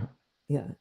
I think even skill, just even if you didn't know either of their personality, just skills wise, I think that's a great fight. Yeah. Mm-hmm. Yeah, there's a lot of interesting fights to be made. One thing I am excited about too is I saw that Tatiana Suarez is coming back finally against Montana De La Rosa. I love Tatiana, so she is a girl that I would love to have on before. In fact, I had we kind of mentioned that between each other. Yeah, because I also know Patches. I know Patches mix because Patches. Right. Because there are a couple. But Tatiana's great. I used to work with her when we used to do UFC Now, and I was there, when she went tough and we used to do tough talk and all this stuff. She's a really cool girl. So I think it'd be really fun to have her on before she fights. That'd be great. Yeah. And then maybe I can reach out to Patches or whatever and see if he can facilitate that also. So we hit her from both sides, and then she's cornered. She can't find a way to get out of there. Say yes to me. Well, hopefully. Hopefully. Who would say no to you, porra? I'm gonna went through. No means no, though. By the way, I'm gonna went through a patch. When they say it, okay. Listen, I love Patches. Yeah, Patches yeah. mix. Patchy mix.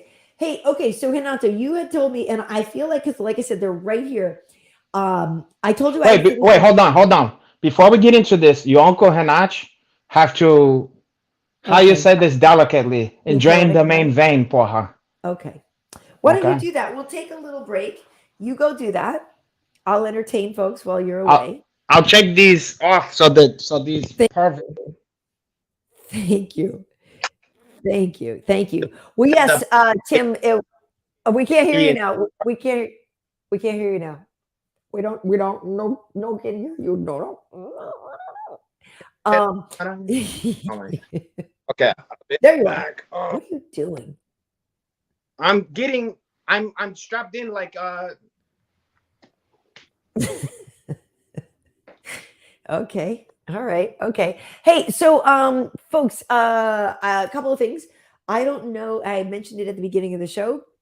I don't know if anybody's seen any good movies lately or whatever. I'll have to ask Hanato if he's seen it when he comes back. But the Banshees of Inisherin, I did watch and did really enjoy. Today, and maybe this is something we'll get into. Or last night rather, I watched the one that's on Netflix, The Pale Blue Eye, with Christian Bale, who I really like. So I did like that one. No spoilers or anything. I'm not trying to give anything away like that, but it was good, but it was like kind of I don't know, just a little bit of a downer. But it was interesting. Shot well. The dresses and stuff were cool. And what's her face? Gillian Anderson is in it from X-Files, right? I always want to say Gillian Robertson because I think of her. But yeah. So let's see. Oh, okay.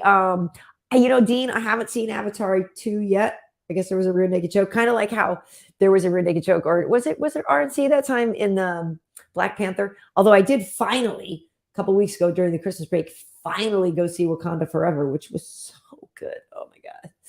Oh my God, it was so good. I went with my mom and my daughter. It was like girls' night out at the movies, and we all loved it. It was so good, and the beautiful, and the acting, and the clothes, and all of it.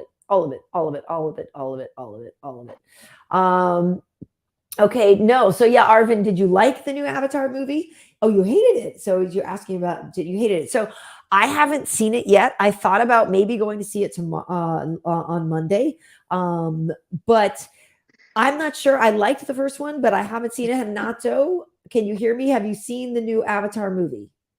I can hear you, but I'm gonna also put this on, so bear with me. I didn't saw the new Avatar because it looked like a trapper keeper from the 90s. And also like people going like this, like it might be me, or it might be can't put your things in. We can't hear you as well. Well, one thing I had heard a show, they were breaking down the thing, and they said the script was weird. That in the script, like everything was like, dude, bro, let's do this, bro, dude. And they were making fun of it. They were saying, like, we can't believe we waited this long for I heard about this. And it's all bro, dude. Well, I heard that somebody had kids in the movie and the kids talk like that. Yeah. Right. But here's my thing on it. Look, first of all, I don't know what you heard what I said before, but he looked like a trapper keeper. Artwork. So? What do you mean by that? The artwork, like whales. You know how you saw like whales and that shit? It looked like a screensaver. And then the other thing is like, I think it's like almost like an emperor's new clothes. Like everybody goes, this is the most amazing thing you've ever seen. And then I see the fucking trailer and I go, first of all, look exactly that. Like I saw a thing where they tried to show the shots on Instagram. They showed like 2000, whenever the fuck the first one came out. And then they showed like some of the same characters in the new one. And they were showing it side by side. And it was supposed to be breathtaking how much they've advanced or whatever. And I was like, it looked exactly the same, except for maybe the hair looked more realistic. And like the dreadlocks don't go slow when somebody turn their head.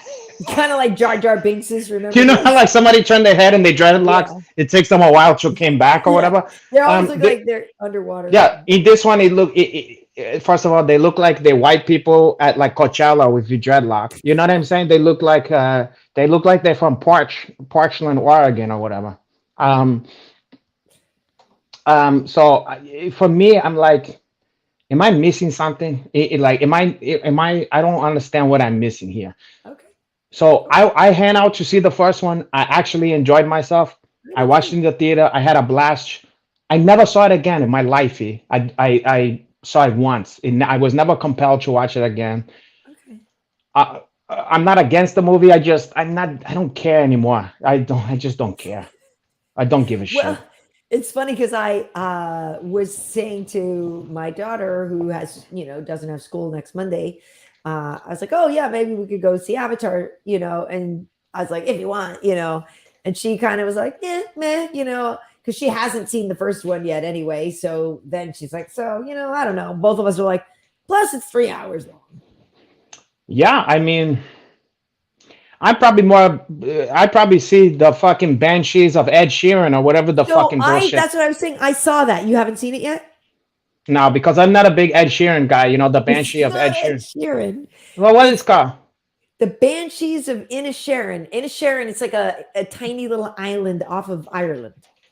So who is Sharon then? I'm confused now. No, Sharon. It's Inisherin. It's so the Banshee of the Inner Sharon. So everybody have an Inner Sharon?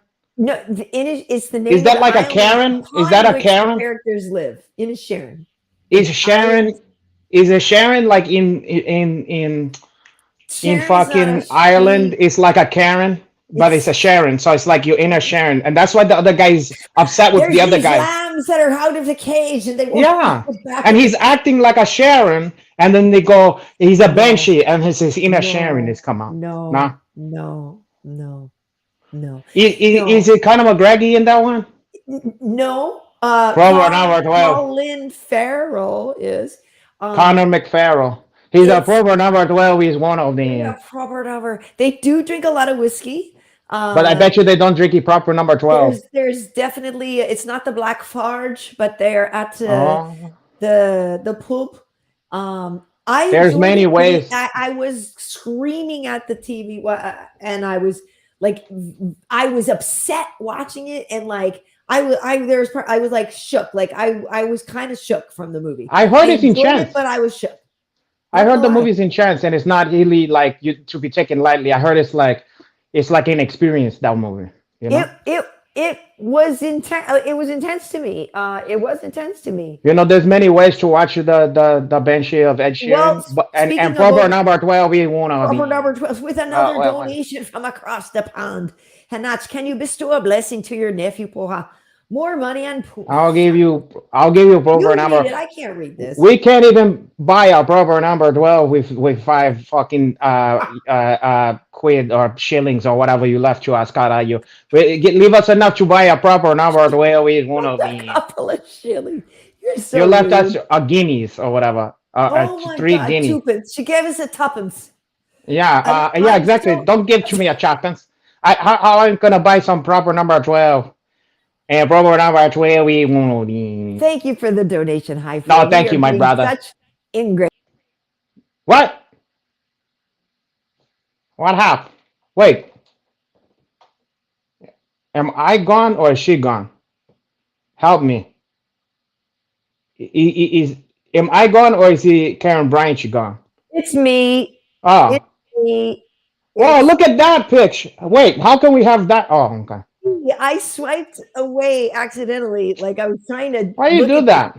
That's so unprofessional. God, are you? I know. I agree. I admit. I'm sorry. I was trying to scroll. In my day, we would. Andrea, I'm back. I was. Back. She gone. I was swiping to look at a comment and I accidentally wiped. You went to took a sip of proper number as well. I wonder. God, I hope. I gotta get back to Ireland. I loved it. I want to go there too. I just pray that. Look, I can't expect too much out of the Hot House he makes or whatever. Oh, I hope it's awesome. It gotta be somewhat good because Jake Gyllenhaal don't need to do that. So something I have faith in Jake Gyllenhaal, and I just have to imagine that. Thankfully, Conor McGregor was choosy with. Like he could have been probably in a million movies by now, but he probably knew he wasn't hyped for a lot of shit, So the fact that he waited this long is like something tell me, hopefully this is going to be a good one. Well, I agree because also remember for a while, Roadhouse was maybe going to get remade with Rhonda. Oh, I know. I remember that. Yeah. Right. So and those scoundrels.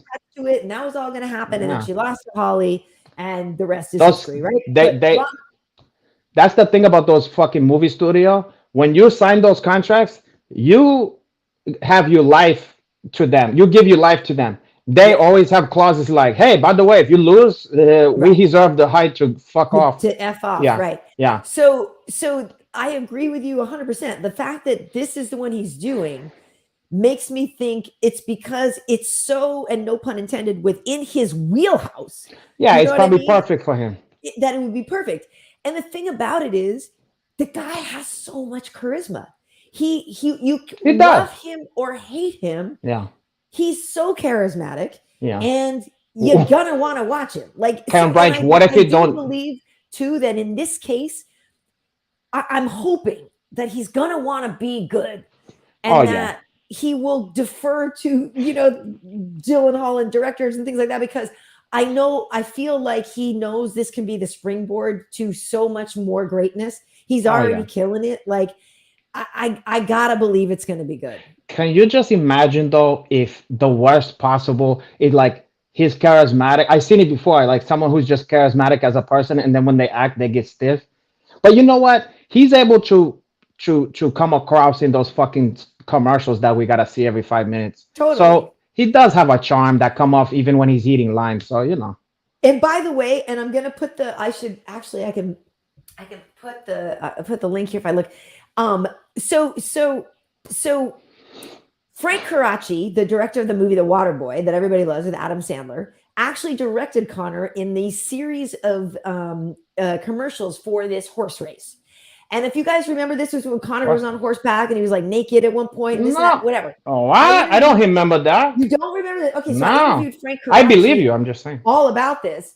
Yeah. Oh, wow. If I'm gonna go, and I think let me know I think I'm still on here. I'm gonna find this interview, and I'm gonna put the link in here because it has because he also directed Here Comes the Boom, you know, the movie with Boss Hooten, with Boss Hooten in there. Boss is in that movie, exactly. Right. And so I interviewed him. Okay, so I'm gonna copy this link here. Boss Hooten was the king of pancakes at one point. Oh, I love Boss Rutan. You know that. Yeah. Okay, so here I just posted a link. So this video, I just posted the link for it, and it comes from both of us, and it's on your Twitch. That is the interview with Frank Karachi, who directed Conor in this series of commercials. And he was talking about how great he was, and like John Lovitz is in it with him. Like Conor plays a jockey on this like racehorse, and my goodness. Okay, I gotta look this shit up. I never seen that. Wow. You gotta Google it. It's like a series of 4 things. I'm sure other people seen it. Yeah. I think he's gonna be good. No, he's gonna be good. You know he's gonna be good. My question is this. I mean, this is what I hope it is. I hope, even though he's not old, I hope he's the Sam Elliott character. Yes. Because I don't want him just to be like the guy that's like the muscle, the hired muscle. Sam Elliott's character is the best. Yeah, because that I'm hoping that it's like they was bouncers years ago, and he moved back to Ireland, and then you know he's like the best cooler in Ireland or whatever, and the shit hits the fan, and he goes, I need my boy. I gotta call my boy and bring him back to America or whatever. That's what I'm hoping it is. You know.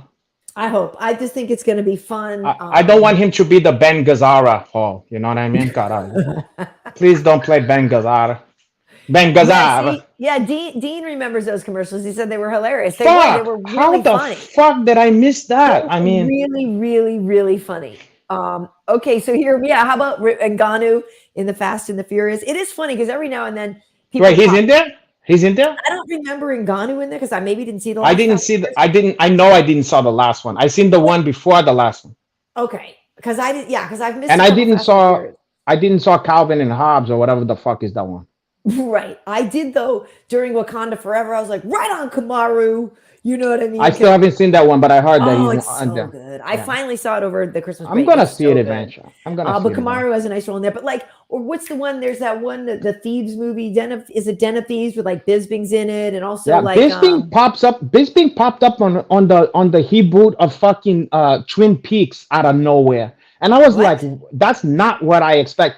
He just a random character in the fucking Twin Peaks reboot. That they had on popping his eye out would be perfect. Like that would have been so ideal. It would have been first go around the first one. It would have been incredible. But you know what? I just couldn't believe that's the last you expect in action movies. Right. I had to pause and go, wait, what the fuck? And I had to text him right away. I go, what the fuck you doing in Twin Peaks? You Log know? Lady, and then like Oh, Log One-Eyed Lady. Mike. You know what I Man, mean? Like I love that that would have been show. amazing. I'll tell you what. I don't know if you've seen the not Reboot, but the next the one that they did in on Showtime like a couple years back. He did a whole season that's Of like the next season of Twin Peaks. I start to watch it? I think I It's worth did. seeing. It's very good. Because I Okay. used to watch the original show Oh yeah, me too. Me too. religiously. Yeah. But the new season, the new shit that they The had, new fucking stuff. Bisbing shows up in there, but he don't have a big part, but he shows up. But I tell you what, the ending Yes. of that one, Oh no, sorry, that's the wrong one. Max the Holloway is the one who's also in that movie with Bisping, that Den of Thieves one. oh yeah, Yeah. that's true. But the what the fuck I was talking about? You Bisping. were just The ending of that fucking the newer Twin Peak leave you with uh-huh. such a existential dread, like where you just like you feel like you just had a nightmare. You just go, it leave you like, oh fuck. See, it wasn't existential dread, but that's how I left the Banshees of Inisherin. I was just kind of like I went through something during that movie. Like it was And that's a affecting. You know what I to mean? me that's a great movie. If a movie can do that, it Right. don't always have to make you feel great. You know, it's just like It a song. affected me a lot, and Yeah. it made me think about a lot of like yeah I don't want to give anything away about how the movie is, but the basic storyline is just that two Yeah, friends I and know. one friend decides Yeah. he doesn't want to be friends anymore, and Yeah, that's yeah. And then yeah. everybody in the town kind of have to be inundated with the Because it's fucking such a ins and the small outs. place in Yeah, a Sharon. yeah, But basically, the nugget of the story is just one dude decides he doesn't want to be the other guy's friend yeah. anymore. I mean, you get that come across in the trailer, but that's Okay, all I yeah, I know. You didn't know, know if everybody yeah, knew what it was about, but it's yeah, crazy how something so basic turned into something that was like, oh my god! Like I yeah. was, Because we all know what it's like to have a falling out with someone we care about, or to be ejected or it was whatever. You just know, there's just some craziness in it. It's just I've crazy. heard, I've heard that it's like the only thing somebody was telling me is like it's more intense than you think. Like Yeah, the movie make it, the trailer make it look like it's kind of like light. it's You way know, more intense. no, that's what I'm saying. The movie make it, the trailer make it look like a grumpy old man or something. Right. But like what I hear is that it's like it's not that easy. Yeah, yeah, More yeah, than that. I'm yeah. actually curious about this too, Mixed Martial Anarchist. Has anybody seen the new Quantum Leap? Quantum Leap I didn't is even one know of they my did the new Quantum yeah, Leap. they remade it, and I Who's think in that one? I think my DVR recorded all of them. Quantum Leap is one of my Wait, all-time favorite shows. I have an autographed picture of Scott Bakula. Like I've seen every single episode. It's one wait, of those wait. things where I'll find it on those late night cable channels. I'll be like, oh, cool. It's Oh, the I new used to watch it. poem. I used to watch it every week. Love it. But wait, my question is, who's in the fucking new one? I don't know the new guy's name or anything. It's a new, totally Oh, new. I don't know. you And don't Dean know Stock, who's the Harry Dean so Stanch or whatever? I don't know.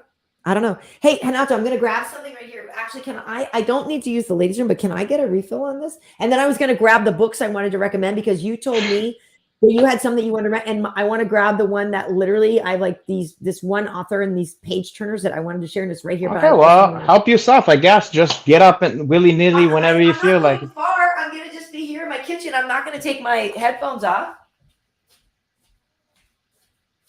Keep talking. No, you wanted to. No, I'm kidding. No, you Okay, keep talking. I'm just joking. Okay, wait now. Who is here? Yeah, I already made the pearl necklace joke already. Hey, Wait. it's fancy. It's from Tiffany's. Never mind, Tiffany's. It's from Tiffany's. It's from fucking Hoss. It's from TJ Maxx and these. It's not Right. from TJ Maxx. How can I add Hanach on Friendster? Oh God, I gotta see if my Friendster account is still active for her. And also my LimeWire. No, I no Dean D. I fucking Drew Dober. Listen, I'm not gonna chase these guys down to give them the fucking techniques. I offer, and if people, I can lead a horse. I can beat a dead horse to water, but I can't shut down the lockdown. Hot check, kind of legacies joint. one of the alfalfa male tried live vicariously through his arrogance, and most of them lost interest after he fell off. Yeah, yeah, sure. A lot of people can't stand Conor or whatever, but let's not get it twisted. Like people still interest in what he's up to. I mean, if he was to announce that he's fighting your favorite fighter, you're gonna get excited. It's gonna cause a buzz, So there's still something about him, even if you hate him. You're still interested.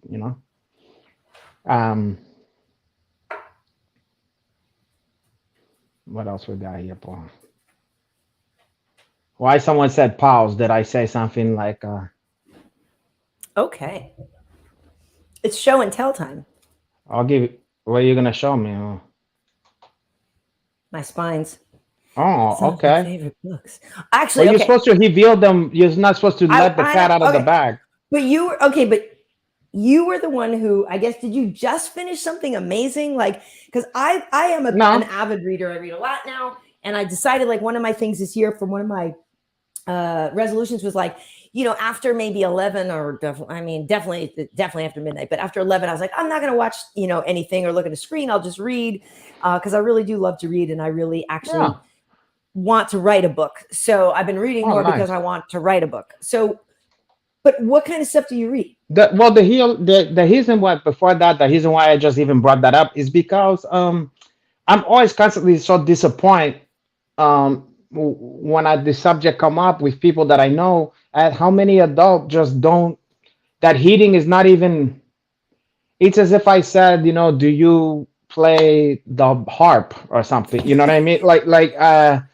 And it's kind of a little bit depressing, and I realized that even a person like me who enjoy hitting, there's so many distractions in this world now that even myself, a person who knows the importance of hitting and likes to hit, I barely get myself going with the hitting, And so I think let's just at least try to do our part to maybe show people that there's something to hitting. And I know that like a lot of young people might say, well, if I could watch it on the TV or if I could watch the stuff, why would I bother? But the thing that you miss with the stuff that's already made, the thing that the hitting does for you that you're missing out on is it activates your imagination in a way that nothing else can do that.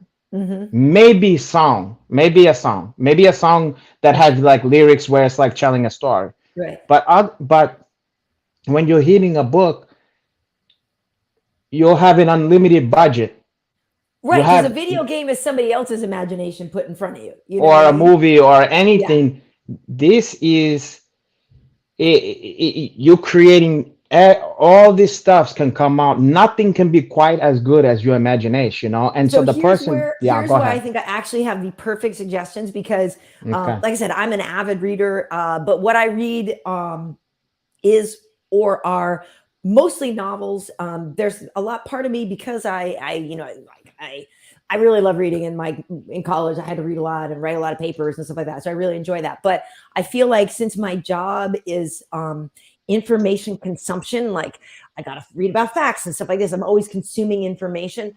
I don't necessarily want to read a history book or I don't really read a lot of like biographies about people. I like fiction. I like literary fiction, or I like historical fiction or whatever, but I'm a fiction reader more than every now and then I do read true crime, true things. And this is why this is the perfect author for anybody. This is like KB's book club, but I swear to you, if there's one author you need to find, his name is Erik Larson. Okay. Oh yeah. Erik Larson wrote The Devil in White City. Okay. So this book. I know this one. Phenomenal. Okay. This is a story about the serial killer. They're doing the movie, by the way. They're doing the movie. They're gonna do the movie. Yeah. During the World's Fair. Okay, so when you're reading this is actually a true story. So the thing about is, in a nutshell, these are all true stories, but they read like fiction novel page turners, and that's why they're going to be movies, right? So this one is it's two stories. So you're hearing about the history of the World's Fair coming together, but also this whole thing about a serial killer. unbelievable. Like you literally can't put it Tell down. them just a little more about the serial killer, because I think some of these guys know. I think that killer, it's a GG, not GG Allen. Don't he have like a one of those initials names or It whatever? was it. He was the doctor. He was like a doctor guy. I'm getting two people confused. I think which one you said? Right. Chicago. Yeah, H. Holmes. Yeah, and he Right. had. It was like what was crazy about this guy is he literally had in whatever the 1800s or whatever the fuck this took place, turn of the century. Yeah. He literally had something that's like the movie Saw, where he Right. like constructed this thing and tortured people and put them through games and weird Like shit, gas chamber, like the movie Saw, and he was getting away with this shit. It's like you can't even believe this was happening. It's crazy. It's crazy. And no, Tim, my favorite book is Gritty Literature is not Anne of Green Gables, and it was not like banned that. from Brown for being too street. Oh my God. Wish I learned to, I gotta believe me. There's a lot of trouble you can get in Brown. At any rate, so this one is about a serial killer and the World's Fair. It is unbelievable. Now, this one I haven't read yet. I'm saving it because I'm like, maybe I'll read it now. But this one is about these American diplomats that over in Germany, and all of a sudden they're like, wait, everybody we know are Nazis. Oh Like, shit. like, yeah, no, I'm like, Wait, how you gonna recommend a book you never fucking even had? well, no, because I'm saying I haven't read this one yet because his other ones are so amazing. So this one is about Thunderstruck is about what's his face Marconi. The Thunder. And the radio Thunder signal, Down trying to Under? get the first signal from like England to America, like radio waves and stuff like this, and like the competition between the other people, the other scientists, but at the same time, there's like this love affair thing going on and a scandal. Well, you're losing them now. You're losing them. No, you had this is the best one. This is about the sinking of the Lusitania. This one is called Dead Wake. The sinking of the Lusitania and the submarines during the World War. World War I submarine story mixed with a story about these people that are scamming and who lied and got on this ship because they're trying to run away from bad things that they did. It's awesome. It is such a page turner. Dead Weight. The Lusitania. You know, the boat in Willy Wonka was called the Wonkachania. You remember that? Well, that's about when the Lusitania was sailing across and sank. And you find out how it happened, and the submarine, you get the submarine story. So it's like a war movie, but I love war movies about submarines are the only kind of war movies I watch. Those are the Of course only you like a submarine submarine. You like a submarine like a foot long, a sub. Don't give it some phallic representation. It's just that the story is amazing to me because it's insane. Because I love being in water, but the idea of being in a submarine is so like the claustrophobia of that I can't handle. Well, that's why you love that movie Der Wiener Schnitzel or whatever it's called about those guys. Oh, Dashboot. Okay, close enough.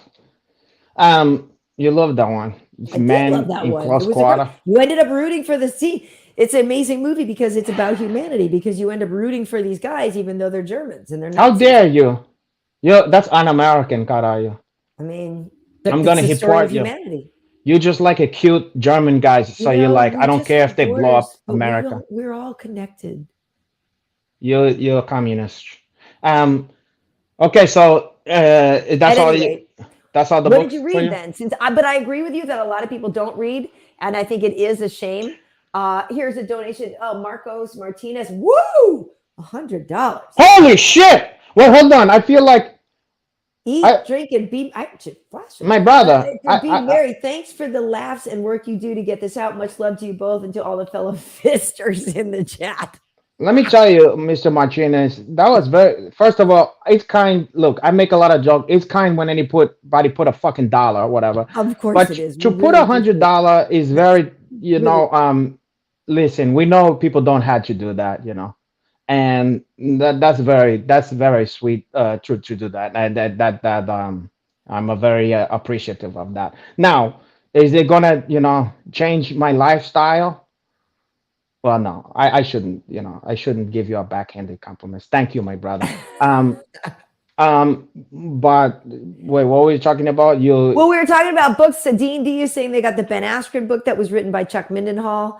I haven't read that. Like, I don't read books about like MMA fighters or anything like that. Like I said, these Shame on books you. read like novel, like page turner, like espionage novels, but they're real. Especially this one Yeah. about the sinking of the Lusitania. That's like sinking the Queen Elizabeth. It's like sinking a Carnival cruise ship. Like think of the best, most incredible Carnival cruise ship or whatever. Not Carnival. It would be Royal like cruise ship you could think of, and what's like that boom, one? sank it. The Royal Caribbean, or like Whatever the Queen of the Queen Elizabeth II or whatever, like whatever the grandest boat there is. Think of that thing getting sank by torpedoes. What's the one that's like Scandinavian or something like that? That's the one that's the It was so interesting. I could not put that book down.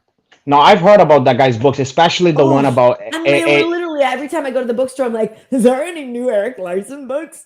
Yeah. So yeah, now that I literally just finished, I'm glad. And thank you for this segment idea, Renato, because like I said, I just finished a novel last night, and it is actually perfect timing to read that Erik Larson one. Yeah, and at some point it's going to become even more popular, because I heard that, I don't know if it's in development or if they started shooting. Devil in White City, it's been in development, I thought, for a while. No? So the fact that that's a true story, that shit is wild. I mean, she's not just whistling Dixie here. The fuck, if you just even hear the synopsis, you're gonna go. Like, if you hear about this fucking guy, I think he's considered the first American serial killer, no? Mm-hmm. Yeah. Yes. And it's not just like he killed people. It tells the tale of two men, the brilliant architect behind the legendary 1893 rather. 1983. Yeah, 1893 World's Fair, striving to secure America's place in the world, and the cunning serial killer who used the fair to lure his victims to their death. Insane. Combining meticulous research with nail-biting storytelling, Erik Larson has crafted a narrative with all the wonder of a newly discovered history and the thrills of the best fiction. Like I said. And the thing about it, though, like, you know, there's a lot of serial killers out there, and there's a lot of books on serial killers. But the thing about this guy, when you find out how he was killing people, it was like he created his own amusement park of torture. And every level, every house is like a house with secret compartments and stuff like that, and secret shit and torture devices, not unlike the movie Saw or Hostel or some shit. By the way, you know what else just had that? What did I just watch the other day? Oh, I was rewatching Dexter, you know, and in one of the seasons, there's that one killer who builds these mazes, like he brings girls back and has these mazes and some weird. That sounds like your Uncle Henach's place. Big deal.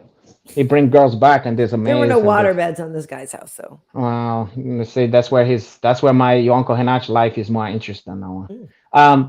But yeah, so I feel like I'm curious about that anyway. I wanted to hear about that guy anyway, because it's like, what? He was doing this shit? A sick man, a very sick individual. So good. I don't know who's going to be in it. I should look on IMDb if it says who's going to be in it, because like that's such a precious property to me. I don't want somebody to do it and like really like blow it. Yeah. I'm sure they're going to do it high. I mean, it's such a crazy fucking story, you know? It really is. And the fact that it really happened. Did you watch anything lately? I've been hitting a couple books. I started hitting the that Quentin Tarantino book about cinema called Cinema Speculation. That I was hitting is like a cinema criticism book or whatever. And a lot of it focused on 70s cinema and stuff. Cool. and he's kind of talk about his journey, like how he got interested in movies and stuff, you know, Quentin Tarantino. I've been hitting that, but I also been hitting. Now you're gonna laugh because this sounds like something made up or whatever, because the title sounds tasteless. You're like, come on, this is really happened. But you know Michael Mann, you know, and he do great movies and great scripts, and he did the movie Heat, you know. Yes, love it. But funny enough, he did his first novel, okay, and it sounds stupid, but the name of it is Heat Chew, okay? And that sounds tasteless. I swear to God, people go like, Heat Chew.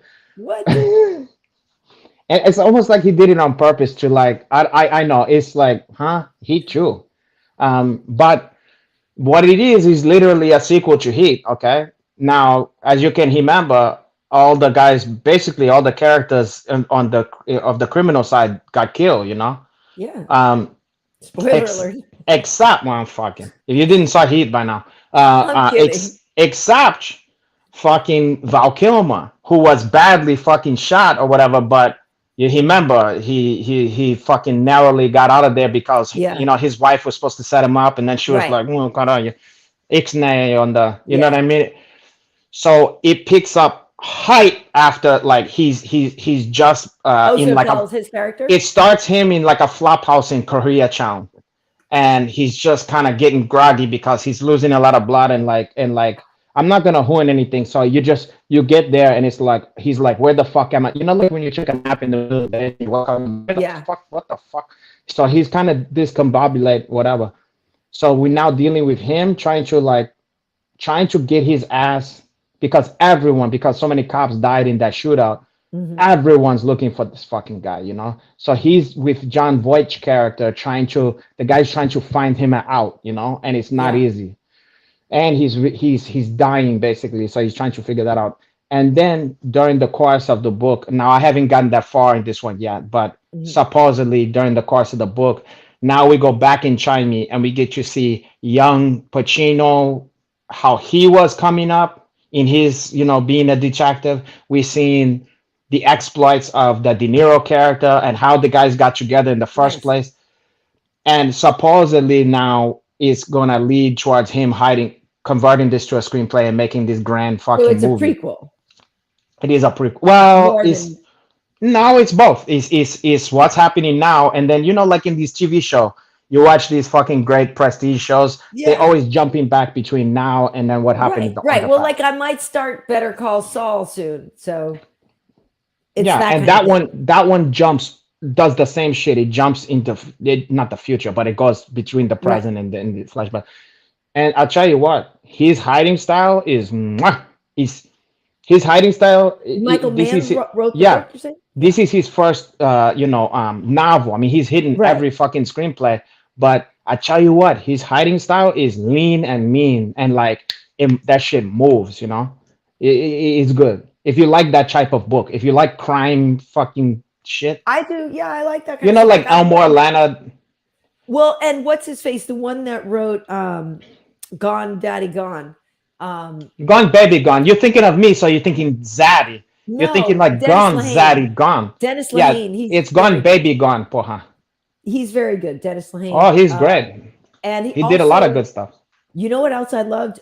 Into Thin Air, the John Krakauer book about the climb up Mount Everest, where like I 10 heard people about died. it. I heard about Woo! it, but I didn't They saw made that a one. movie out of it. It's really good. The Uh, book is really good. I Like did, like you yeah, were saying about imagination.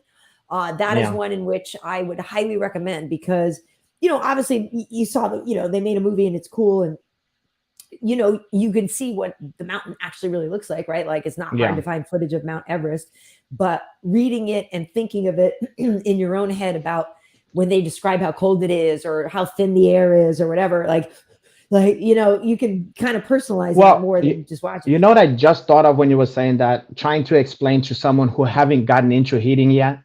It reminded me of this. You ever have the experience where you one of your favorite song, you love this song and you get these like feelings and these visions and stuff when the story of the song is going on and what Mhm. happened and how this would be.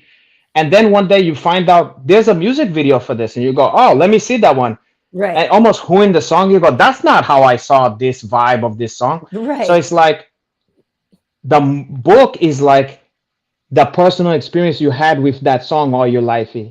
Right. And the movie is just the music video. It's never can match how you felt and how you visuals and how you think that you brought to the song. Exactly. And also I Yeah. would say as an entree, if somebody was looking for, Wait, this don't a have nothing book. to do with dinner, and why are you bringing in No, an that? You're entree hungry? as in a way into reading. For example, I've heard that the books that Fletch is based on are great, right? So like I've had the yeah. first Fletch, So yeah. they've made the movies, with various people, and I know they just remade it with John Hamm, which I'd like to see because I love him because Mad Men is one of my Yeah, but favorite it's things, hard and I to have a he fish. plays. My Yeah, kingfish in my tank is named Don Draper, so I am a yeah. massive Don Draper fan and John Hamm fan, and so I want to see the remake of this, but or the carry on. But I'm saying, for example, that would be a good way to read it. Like if you liked the movie Fletch, go pick up one of the books in the Fletch series and read that, and then you'll be like, oh wow, this is way better than the movie, because the movie was cool, but like the source material, like you said, in my brain, like you're imagining the theft or the this and the that in a different way. So like you can do that, or like for example, or like like Mario Puzo, for example, the guy who wrote The Godfather. Like you can just read The Godfather, you know what I mean? Or even Mario Brothers. You can even play the game or just something like that.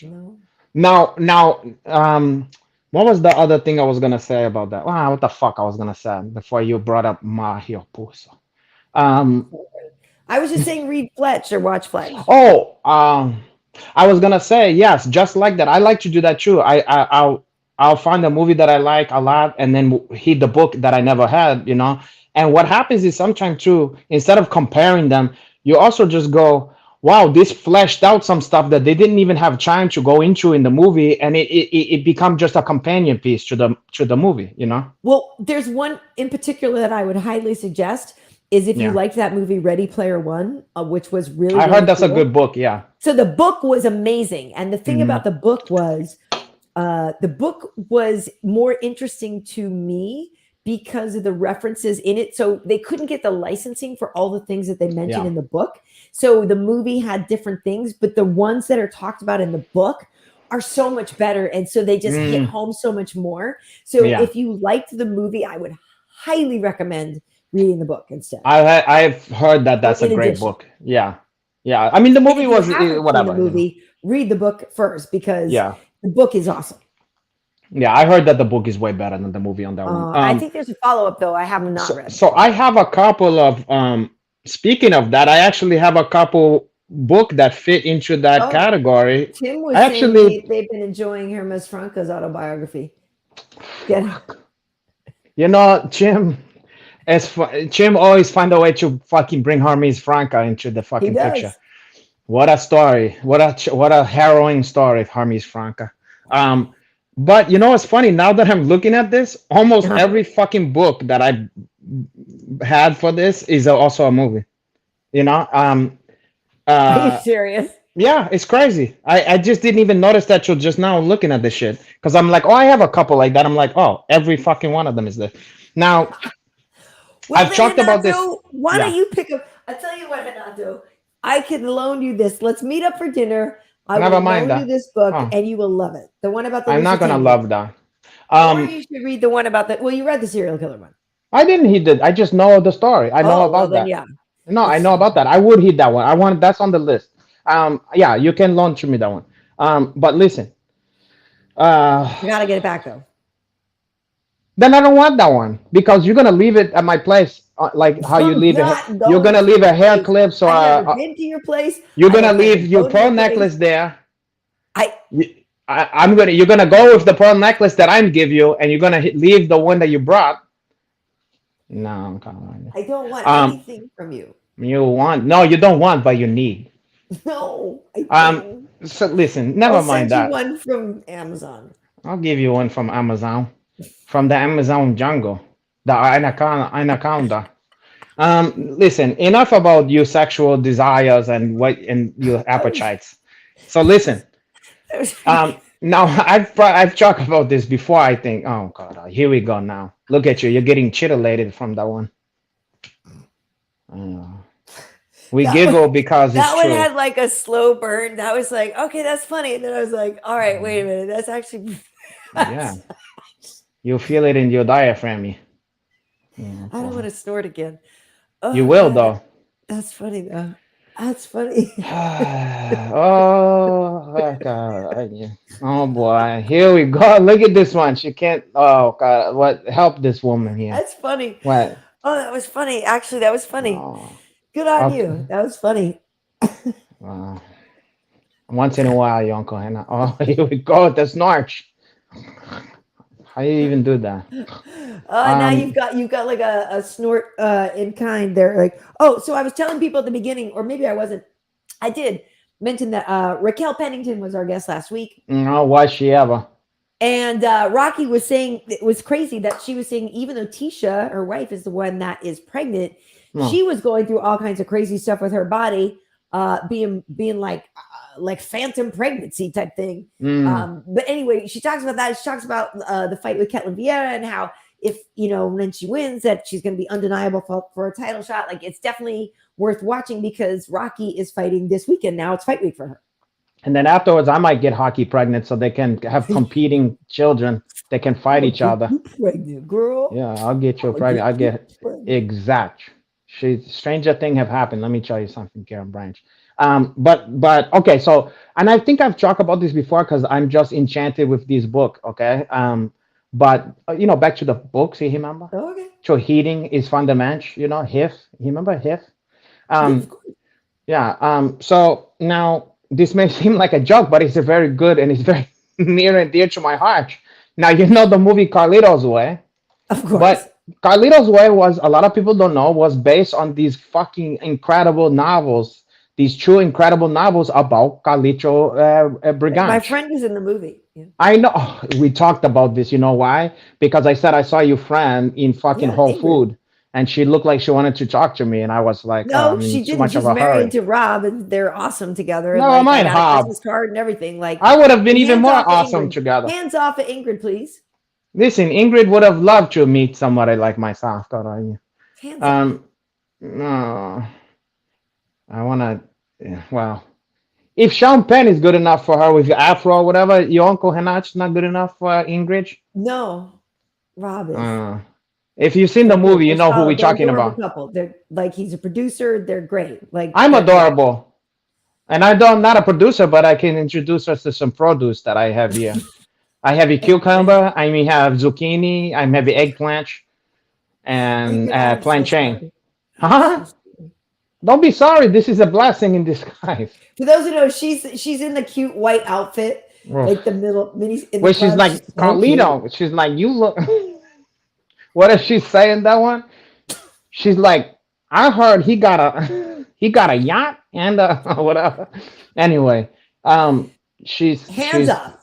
Yeah, and he goes, the chick Steffi belongs to the club or whatever, because fucking Sasso. Sasso. Benny Blanco from the Bronx want to get at her, and then he goes, the chick Steffi belongs to the club, and he remember, fucking Mr. Brigante, fucking motherfucker to the max. But Benny Blanco is like, I love you, Benny Blanco, but I digest. Because we're talking about the book here before there was ever a cast of this. And it's by a man called Edwin Torres, okay? Okay.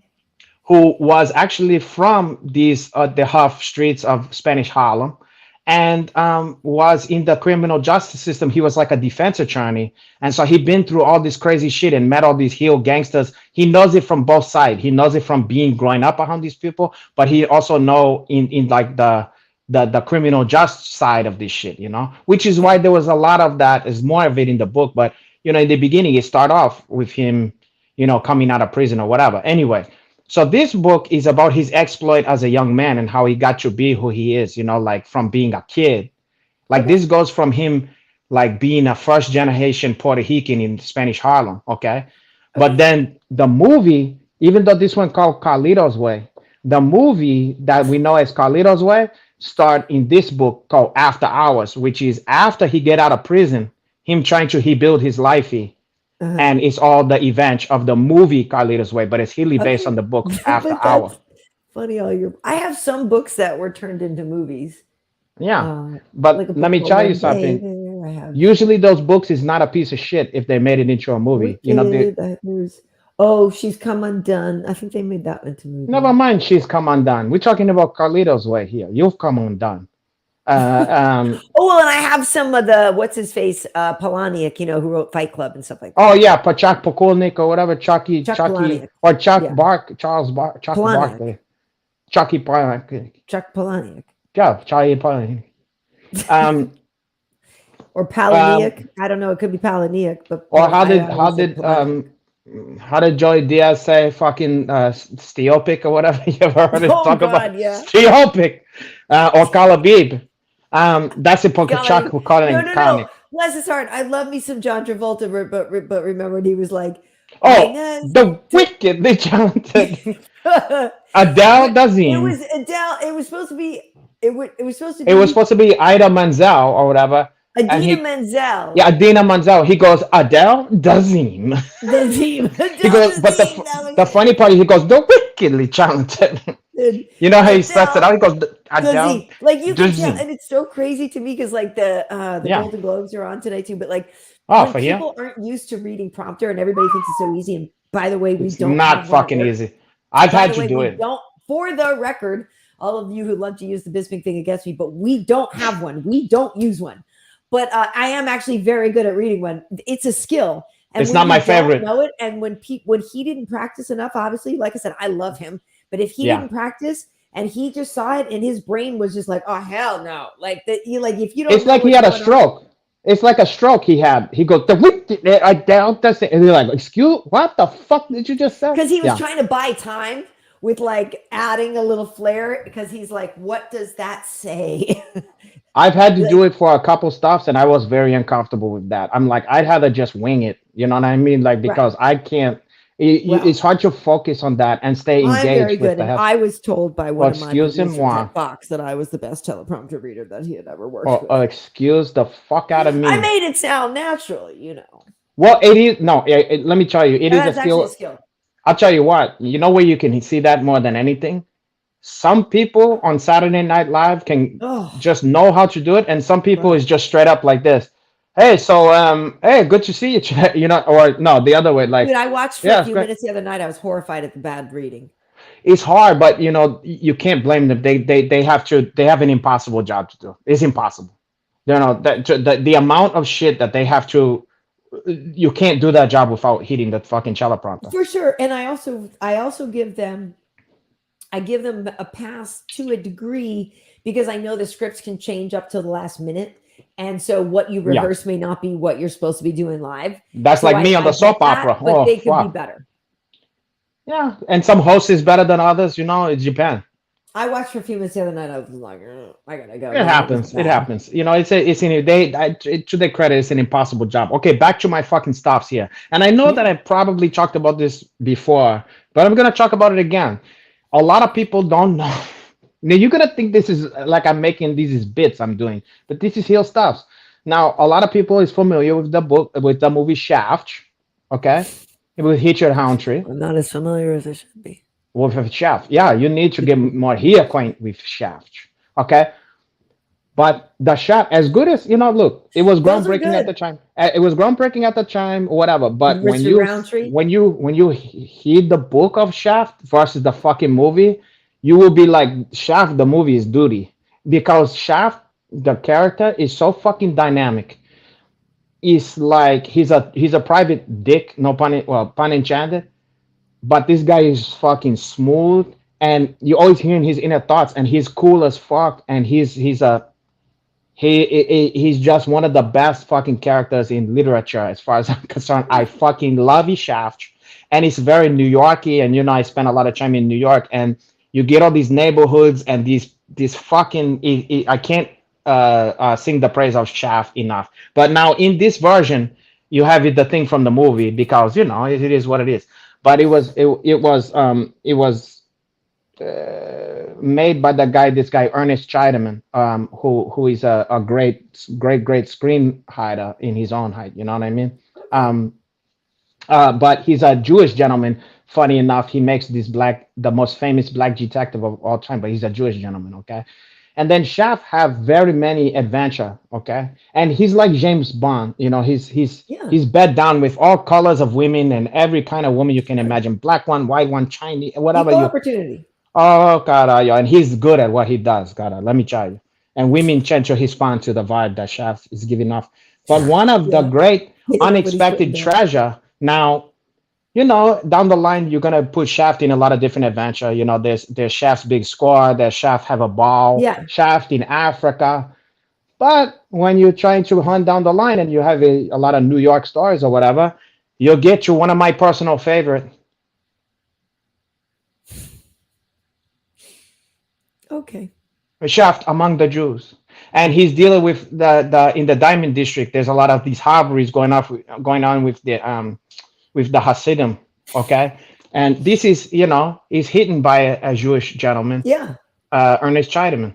So what an advantage shaft among the Jews. Okay, yeah, I've never heard of that one. Of course, you never heard of it because I'm give you culture. You're not cultured. Well, and I'm give you the culture. I was just looking at something in my bookshelf here that I'm curious because I loved the movie. I actually did love the movie too because it had George Clooney in it. Oh, never. Okay, which one? Perfect Storm. So also the one with the fishing one where they're the fishermen off the coast in New England, and then the big huge storm comes and all that stuff. I seen that. I'm from New England, so like they have Mark Wahlberg in there and all this, but it had George Clooney in it. So Mark Wahlberg is out of breath once again. It's like I think there's a fucking storm. hey George, I think there's a fucking put down your chowder. There's a storm coming. They're fishermen. What are they? They're fishing for quail. Lobster fishermen. Yeah, right? Lobster. Is it lobster? Yeah, they're lobster. And they're like, there's a storm coming. And we got to get these lobsters before the fucking storm. George Clooney, you're not the fucking boss of me, not my fucking mom. But I am. But yeah. Yeah, I enjoyed that fucking movie. You know, it's great. But I'm saying the book was very good as well. Never mind the book. We're talking about this. We're talking about books and movies. Oh, how That's come true. Books and movies count and mine don't? Wow, because mine is more enjoyable. Yours is about lobster. Yours is about lobster fishermen and the Lusitania. Mine is about Puerto Rican gangsters and black and Jews and all kind of shit. I'm telling you though, mine is wow. Mine's is more exactly. crowd pleaser. Yours are all New York stuff. Like expand your world. Like see the world. I've been to a lot of places and I've seen a lot of stuff, and there's nothing more interesting. And yes, Jay Crockett, it's Sebastian Junger is the one who wrote A Perfect Storm. Who cares about that? That's Sebastian Junger. It's really good. That's Jungian that stuff. No, it's not Jungian philosophy. Yeah, it's about the mass and the inner. Well, whatever. So now, onto another fucking book. That's a movies. Where should I start? You're so cultured. I have a lot of more culture in my little pinky finger than you have. I've got Shakespeare's collections, and I suppose they've made those into movies. No, mine Shakespeare. This is better than Shakespeare. Shakespeare was no great shakes, let me tell you. The better than that is If Fear and Unloading. Very good. On Las Vegas. Bukowski Okay, is great. Come on. That's it. Not Bukowski, even though I like Bukowski. This one is a Hunter S. Thompson. Well, Hunter Thompson. But I can see why you would say that because they're both eccentric fucking drug addicts. You're right. Of course, it's Hunter S. Thompson. They're both eccentric drug addicts that have a great style. The line starts where he's like, "I had how many packs of Valley?" Like the first line is about like what he's got packed in the car. All the drugs he's got packed in the car. And I was 300 miles outside of Vegas. Yeah, we was passing Barstow when the fucking shit started to kick in or whatever. Yeah, right. That's the first line. Yeah, what a fucking book. Now. I've never laughed. This fucking book is so well hidden that it's so good. I used to when I first had it. I remember I would before phones became the thing you fucking onto. Yeah. I remember I would walk my doggy and fucking heat while I'm walking. You know, of course I pay attention to the crosswalk, whatever. But I would literally have to stop for a second and laughing out loud at this fucking book, and had to like stop and go, oh fuck, oh. And then get back to it, like almost like pausing a DVD or something. Like I couldn't. The hiding style of this guy is like great. No, it's great. You're right. Fucking he have gallows humor and just the way he explains shit is. And if you've ever taken any narcotic, maybe as a youth or whatever, it's something. I should reread that one. It's really good. It's a crowd pleaser. That fucking. Well, my favorite book. Yeah. I was going to say one of my favorite book, basically one of my top 5, if not like favorite book ever, is Lord of the Flies. So like I just read that one over and over. You know, I had that as a kid, and it was disturbing. Yeah, but when you read it when you're older and you can read a lot, you understand a lot more of the subtlety. There's like layers upon layers in that book. It's such an incredible book. William Golding. I wouldn't mind going back to that one. That's so good. Yeah. Supposedly there's a good movie version of that's old, like a black and white movie. There's black and white. It's actually on my DVR. We or on my whatever to-do list, but I haven't watched it. It's supposed to be not bad, that one. White. Yeah. Huh? It's supposed to be good actually. Like I hope so. But poor Piggy. Yeah, well, that's the way Ooh. it go down, you know. The week it's like Vinny Margalesh would be that one in this modern times. Oh. Yeah, you have it the conch. I hit him Yes, over the exactly. fucking head with that one. Well, you know what I do? I'd yell at him when he's trying to sleep. I go "Woo," like that. Um, so anyway, now here's another one that is near and dear to my heart. And also, look, the other one, this wasn't in New York, okay? But this one, yeah, okay, fair enough. This one happened to take place in New York. But this one is a very unique book, Oh, well, okay? that's great. Jim Carroll.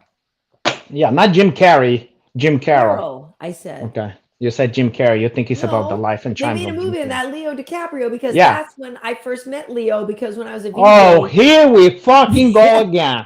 when That's I when was I a first met VJ, Leo when you was when a I was a VJ. VJ, Leo and Mark used to come in all the time because Mark Yeah. was recording and Leo was in the Basketball Diaries and they were doing that Yeah. together. So he would come to MTV and like hang out and stuff like Did you that. offer him some VJ when you No, but then years later, when I interviewed him on the Oscars red carpet, he was like, "Oh, hey, girl, hey," and we were like, "Hey," because we used to hang out backstage here at we MTV. But yes, here the we go Basketball again. Diaries of Jim Carroll, drug addict. You like drug addicts and stories about New York.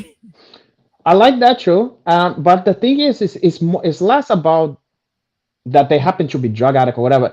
You will see a theme. The way that they describe shit, I just get it. You know, like Mhm. certain authors just speak to you. You know, and certain lyricists or singers speak to you or don't speak to you. To somebody else, it's sheer poetry. To you, you're like, I'll check it a little bit. Something about the style of these fucking guys, the way they hide. Almost like a comedian. When you see a comedian and you go, I can't believe somebody sees shit. I thought I was the only one. Something about the way these guys is interpret shit is on my wavelength or whatever, you know. Cool. And this one, the Basketball Diary. Before you hit the book, you think it's a great movie. After you hit the book, you're like, I'm sorry, this movie is cheap compared to Yeah. like the book is so fucking good, and it's the only way I could describe it is like it's like you're hitting Mark Twain, Mhm. Chom Sawyer. If Mhm. Chom Sawyer was the greatest basketball player in the whole city of New York, a drug addict and a poet, and was living in the late 60s in New York, you know, like, Yeah. and a latchkey kid who's wild and just New York is his fucking playground, you know, like is his, Mhm. and he's getting into all kind of shit, and it's a healed journal. It's so you can digest it. It's kind of a perfect book for a person who's not don't have the stamina to read a full book because Mhm. it's journal entries, so you can digest like a couple if you want, or you can do a lot. You know, you don't have to feel like, oh, when's this Right. chapter gonna get you the next? But So that's how Bukowski is too. Like his stuff is yeah, like oh, short sort of bursts and chapters and riffs and things that you can and his consume. stuff is fucking funny and Hilarious and deviant dark and and real and truthful. incredible. In Yeah. fact, that's a couple. I have a couple of his too. I didn't pull them out, but you know, like Post Office, whatever. You know, Don't pull Ham it on out. High. What'd you say? I said, don't pull it out. Oh well, I can no guarantees. Um, so there's a Basketball Diary, and it's very interesting. And then there's a follow up to that one called Forced Entries, where it's like after it's his Mhm. life in the early 80s coming up in the scene. He was friends with Basquiat Right. and he had a punk band, and he was friends with Right. People who died. Andy Warhol, and yeah, people who Who died. He even died. had a hit. Died. He had a hit All record, my you know. friends. They just Yeah, died. they were all my friends, and they died. That's And a great song. it's heartbreaking when you know that every word that was true, you know, in It's a that song. list of like a million names where he's like, this person died Yeah, from this one died from that, yeah, this one did. She was a friend of mine. These other people who yeah. died. And Jim Carroll band for sure. it's incredible too because you feel this heartbreak that literally imagine a kid that was as good as like Larry Bird, or he was like the LeBron James. He was the best high school player in fucking New York. Hmm. Yeah, that's not an easy thing to do, you know. And he's a white kid, you know, and he's dunking on people and scoring. Right. He could have scored 50 points in fucking, you know, in a basketball game. He's like, it don't get more talented. And Right. literally, you have this guy who people became like there's people in the Hall of Fame in basketball in the NBA that he used to just murder on the regular. Mhm. So this is a kid who threw away his fucking basketball career, and it's like a tragedy. But to see what he became, and he became this poet and this musician and all that, and he ended up having this other life that grew out of the shit that he made of his career. It's like this flower grew out of the dog shit that he turned his life into, which is fast. I mean, I don't know. I'm fascinated by this kind of shit. I think it's awesome. I Yeah. obviously I'm down. Yeah. I'm totally Great, down. great fucking book. I don't know. I could go on. I have a couple more stuffs, Yeah, and then we can start to think about wrapping it up. Okay, I won't take too much time on this. Now, this is a Stephen King, okay, which obviously every fucking Wow, stuff. never heard of him. What's he like? Okay, well, great. He Favorite might guy be from Stephen King books. he Which might one be is that? popular, but he's when he's dead and gone, he's gonna be the Mark Twain of our time. He's You know what great. I mean? Which one was that? Sorry, I'm about So to this sneeze. is this is one of his short story compilation called Different Season. Okay.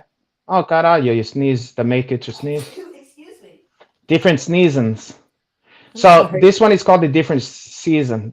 Okay. And this is a compilation. Now, all the stories is great, but two of the short story have become seminal movie for a lot of people. Cool. The one being the Shawshank Redemption. Oh, So Shawshank so Redemption is canon. it's for me. one of the Like, that greatest. movie was Okay, made. so Correct. but it's based on a short story from Right. DC book, and the full name is called Hida Hayworth and the Shawshank Redemption. Right. Because Now, it it's you would think like what could compete with that movie, but when you read the book, you go, wow, this is something. You know what I that mean? movie's so well done. It deepened. Oh, it's excellent. It's not. This is not a case where it's like, oh, the movie's a piece of shit. Yeah, But the book, it does deepen some stuff that it's a great companion to that one. It's a great fucking companion to that. Nice. And then also another beloved story. I don't know if you knew this, but the movie Stand By Me Of is course. yeah. So he's the character, the Will Weech character is really Right. Kind of chubby kid, right? no the skinny kid, the kid the hider, the main kid, like the kid who's Right. Okay. yeah he is supposed to be Stephen King, and the story is in here, and it's called The Body. It's not called Stand By Me. Right. It's called The Body, and it's about something that really happened to him as a child. And Pretty and intense. so these is great fucking stuff, and it's if you dipping your toes in heating again, maybe you never had, or you're getting back in and you're trying to heat train your brain from being on the fucking phone all the time and heating. Right. A short stories is less of a daunting. It's less like, oh Great god, I gotta reading. finish this whole shit. Instead, you go, hey, it's a kind of a short. It's like watching an episode. Well, go ahead. No, I was just going to further your point, saying if, for example, a great starter source would be H.P. Lovecraft stories. If you like horror type things, he Yeah. writes short stories. Yeah. But they're interesting sort of mystery things or whatever, and they have like a little bit of a creepy sort of horror-ish edge. A lot of people might be into that. I totally agree. Yeah, Short stories are a great way to get into H Puffin stuff or whatever. H.P. Lovecraft. Oh yeah, H.P. Lovecraft. Yeah. No, I know who is that guy. It's a very, very strange stuff, and I'm sure Stephen King read H.P. Lovecraft. Without question, without question. Yeah, he's one of the masters or whatever of horror and stuff like that. Right. And it's short They said stories, he was like Edgar Allan Poe and stuff Yeah. like that. Edgar Allan Poe. Well, first of all, H.P. Lovecraft was also a staunch racist, but we like to forget about that. But Edgar Allan Poe. Speaking of him, you may or may not like the movie, the one, The Pale Blue Eye. I don't know if I just watched it last night. Okay, so I watched it too a couple nights ago. What'd you think? Now, first of all, I very much enjoyed it. If someone said that it wasn't for them, I wouldn't blame them. They might think it's not their bag or whatever. But I tell you one thing: if you get nothing else from it, the fucking kid who plays Edgar Allan Poe, it's like they just picked him out of history and just went, here's Edgar Allan The Poe. whole time I'm like, what is his face? I'm like, how does he look? Exist right now? How he looks just like he's him. It's him. And so the whole time I kept going, did they just went into? Did he discover? Did what's his name, Cooper, the fucking director, just went in time and got Edgar? So if you like if you know anything about Edgar Allan Poe, that's gonna be enough to delight you. And this fucking actor's performance is like, it's like you looking at someone who's gonna, when Edward Norton was in like American History X. And he No, went, the "Here we first go, one even superstar." before no one ever knew him. The one Primal Primal Fear, Scream, Primal Fear. You know that Primal one? Fear. Yeah, Yeah. it's like that when you see something, Where you you go, went, "Oh, "Oh, this kid's this a kid. I superstar. never seen him, but oh shit, He's a there's superstar." somebody. Yeah, it's a new guy." And come to find out, I was listening to a podcast about that movie, Smartless with Edward and Norton the other day. I no, listened to that one one too. not Edward Norch, but it was something with the Cooper guy, the guy who did the movie we're talking about, Oh, Pale. Bradley Cooper. No, not Bradley. Whatever Oh, the fucking no, the director, you mean? I can't remember his name. Something Cooper, or whatever. Anyway, Right. he was talking about where they found that guy, and it was. Did you see that Coen Brothers, that weird Coen Brothers thing that was on Netflix called like The Ballad of Buster Scruggs or some shit like that?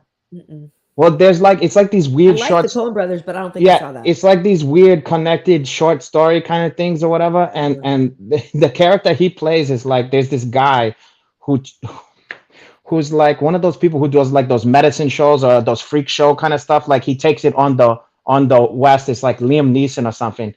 Okay. And then his gimmick is he has this guy who have no arms, no legs, no nothing. He's just like a head. And that fucking kid is the head. The kid who plays it, Edgar Allan Poe. And that's Okay. where they found him. They were like, this Oh, wow. kid, he's incredible. And they were so enamored with his performance in that. He and Christian Bale was like, why are we even gonna audition anybody? Just get this fucking guy. Really? They had that much faith in him, and they were like, and he didn't disappoint. They were like, this Well, fucking kid. I should say Yeah. I am a big Christian Bale fan. Oh yeah. Um, Oh yeah. Love him, and One of the greatest. Actually, yeah, like Velvet Goldmine. I go back with him on things like Velvet Goldmine, even, which a lot of people probably haven't seen. Like, I love that because it also has Yeah. Neil McGregor and has a Yeah. phenomenal soundtrack of glam rock. Yeah. But phenomenal soundtrack. But so I like Christian Bale. So I He's watched that movie. he's- I enjoyed that movie, and I literally was talking about this earlier in the show before you got here. Oh. But it was kind of a downer. It was a downer, but it was. I loved how it looked, and yeah. like you said, everything about the guy that plays Poe, phenomenal. Like the whole time, I just kept thinking the same thing. I was like, how is that his face? And how does he look like he doesn't come from now? And how good is he? Like, and his and the performance. And Chris, because like I said, I hold Christian Bale in very high regard in terms of acting. Yeah. And so the fact that they played so well off each other and this and that, like I enjoyed the acting. Like I said, I really did like the movie, but I did think it was kind of a downer. Okay, so first of all, here's the funny thing. Have you seen any of that guy, the hired director's other movies? I don't know. So he did like Crazy Heart. He did Hostels. He did Into the Furnace. This guy makes dark, depressing, and he made a horror movie called. I don't know. He made a movie called Antlers. He made something called Antlers that was kind of like a. This guy makes the most depressing. So this movie was like watching a crowd please. Like this is his version of like a crowd pleaser. Oh, a happy-go-lucky. Yeah. So like this is the most like. Oh, he made a nice murder mystery. Right. So Scott Cooper, let me look at the Scott director's Cooper. Scott Cooper. Yeah. He's known for Crazy Heart, Out of the Furnace, Hostiles, Pale Blue Eye, Mass Effect, Legendary. No, that he's also was an actor, so he's done. You're gonna see weird little shit like where he did a video game voice or something. Too. Okay. But he was kind of a failed actor filmography. He was kind of a failed actor. I don't know who he is. Yeah, he's got an interesting story. He was. Know who this guy is? Have you guys ever seen him? No, you wouldn't know him to look at it. That's the director. I've never seen him. So here's his story. He was a failed actor. And well, not failed, but he was just a journeyman actor who wasn't getting a lot of work or whatever. And he used to be roommates with Adrian Brody, and like his friends were like getting parts and stuff. And he was getting like just like guests. I saw him in something the other day. Well, anyway, let's not get off on Adrian Brody. So this fucking guy, but then he did a small part in a movie years ago with Robert Duvall. And then Robert Duvall really enjoyed him, and they came from the same place in Virginia or whatever. So yeah, Robert Duvall was giving him some advice. He's like, I can see you love cinema and you love acting, and you really love movies. He's like, let me tell you something. The way you're going about this, the way you're really going to be satisfied is, height and direct something of you on. Just do you. And he kept on just saying, like, you just do you. I know that you can do something for yourself. And so he took that to heart. The first screenplay he makes is Crazy Heart. Fucking, it gets nominated for an Oscar. Was Jeff Bridges? Jeff right? Bridges wins Best I Actor. have seen that one. He's the old musician. Yeah, he Yeah, I wins have for seen but that. That was good. this is this kid's first screenplay and first That was movie he good. ever directed, and out the gate, and and you know, kind of depressing stuffs, you know. But that was good. Yeah, but so he clearly had a challenge for that. So he's come to found out he's much better as a writer and direct than he was as an actor. But because he loves acting, he's very good with actors and stuff. And he's like became best friends with Christian Bale, and he's done like 3 movies with him now. Oh, nice. Yeah. Well, that's why I always think Jason Bateman, like with Ozark, that's part of the reason I think Ozark is so good, because Jason's such a good actor himself that he is probably a generous director. I'm sure. You, when you understand what the fuck you people is going through here, you're gonna be better at communicating to them. You know. But anyway, so I like the guy's story, and him. I mean, look, whether you like his movies or not, they're deeply. I liked it. Like I said, but it's not upbeat at all. It's a downer. No, that's why I said I could see someone going, I fucking hated that movie, and I wouldn't argue with you. Myself, I enjoyed it, but I wouldn't recommend it to everybody. But if you like Edgar Allan Poe in any way, you can't miss that one. Yeah, I enjoyed it. All right, well, let me see. So some people are saying, well,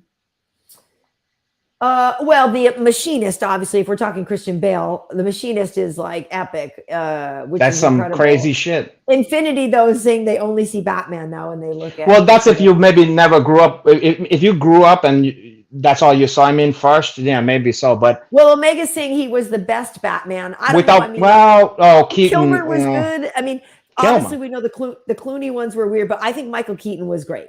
Michael Keaton was great, but I would say Christian Bale. Let's put it to you this way: Christian Bale's Batman movies was the best. Those 3 beat any of the fucking movies. But the voice threw people off, didn't it? Whatever. What the fuck else is he supposed to do? You know what I mean? Just sound like I get why he did that. It was a choice. I get why he did that. I think I maybe enjoyed Michael Keaton the most, but I'm a big Michael Keaton fan. But the Christian Bale ones are great. Yeah, I mean, I think Batman is less about. Look, Batman. Whether a Batman movie is good or not is basically based on the fucking director. It's less to do with that. Because look, great actors is wasted on a part like that. You're not doing that. You're not all about the like for instance, Robert Pattinson. This kid is one of the greatest fucking actors of his generation. Like this kid is very talented. You like him a lot, yeah. You didn't need him in that movie. He didn't do shit. You could have put anybody in that shit. It doesn't. It's a big waste of having a great actor like that in there. I agree. And same with Christian Bale. He could do that in his sleep. Yeah. You know what I mean? It's about how it looks and the music and I love him. And obviously, you see him as Cheney, Dick Cheney. Holy shit. Yeah. But what do you call it? What do you call it? You know, the one where he's the fighter, total serial killer. American Psycho, huh? Yeah. American Psycho. Yeah. Like he's so amazing in that movie. Patrick Bateman. I remember when I saw that. And the first time I was blown away. I was like, he's incredible. God. He's one of the most incredible thing I ever seen. Really anything, like the Machinist, anything he does, all kinds of stuff. He's been in, but honestly, I love Velvet Goldmine. Like all kinds. He never misses that guy. He's one of the greatest that ever lived. He's that good. Yeah. I mean, he's up in the rarefied air. He's in the rarefied air of like, you know how there's great actors, but then there's people like Daniel Day-Lewis and like Joaquin Phoenix. And people like who is channeling, but you know people who is channeling shit where you're like, no, I don't know how they do this. How do you do that? Joaquin Phoenix. So he's got something new, some shit coming out too. I love him. Yeah, but you also mentioned before we mentioned Edward Norton because I listened to Smartless Edward Norton, which I love, and Edward Norton, I am such a fan. Yeah, he's the fact that he's as cool as he is and as smart as he is.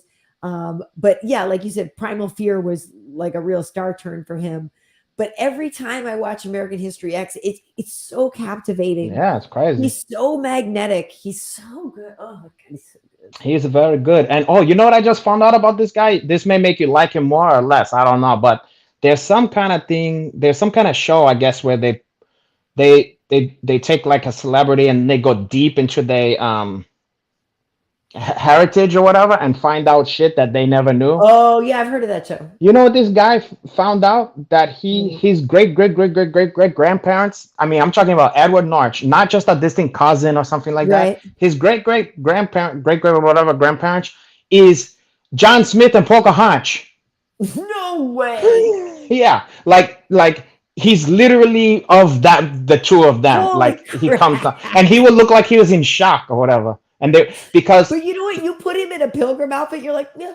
yeah, and then I mean it's crazy. Like he does have the bone structure where It's he's like, bonkers, but you see him. He looked like he's in shock because he said that there was rumors of this down his family and stuff. But it's one of those things like you never really fully believe it. You're like, yeah, sure, you know what I mean? And Right, 'cause and it's to true. find out that it's like without question, it's true. Yeah, wow, that's nuts. yeah. That's nuts. Because these people go on some serious archaeological finds about this. You know, right. they have a whole crew that goes and For works on sure, this yeah. shit. Yeah, yeah. They found out that I was from fucking King Tutankhamun, porra. No. Yeah. That's why I like the finer You stuff. cheap nut. Yeah. I'm like this, God. When I was born, I had this like that. And I had like all that gold and Frankenstein and all that shit. That's all I have. I have Frankenstein on there, everything.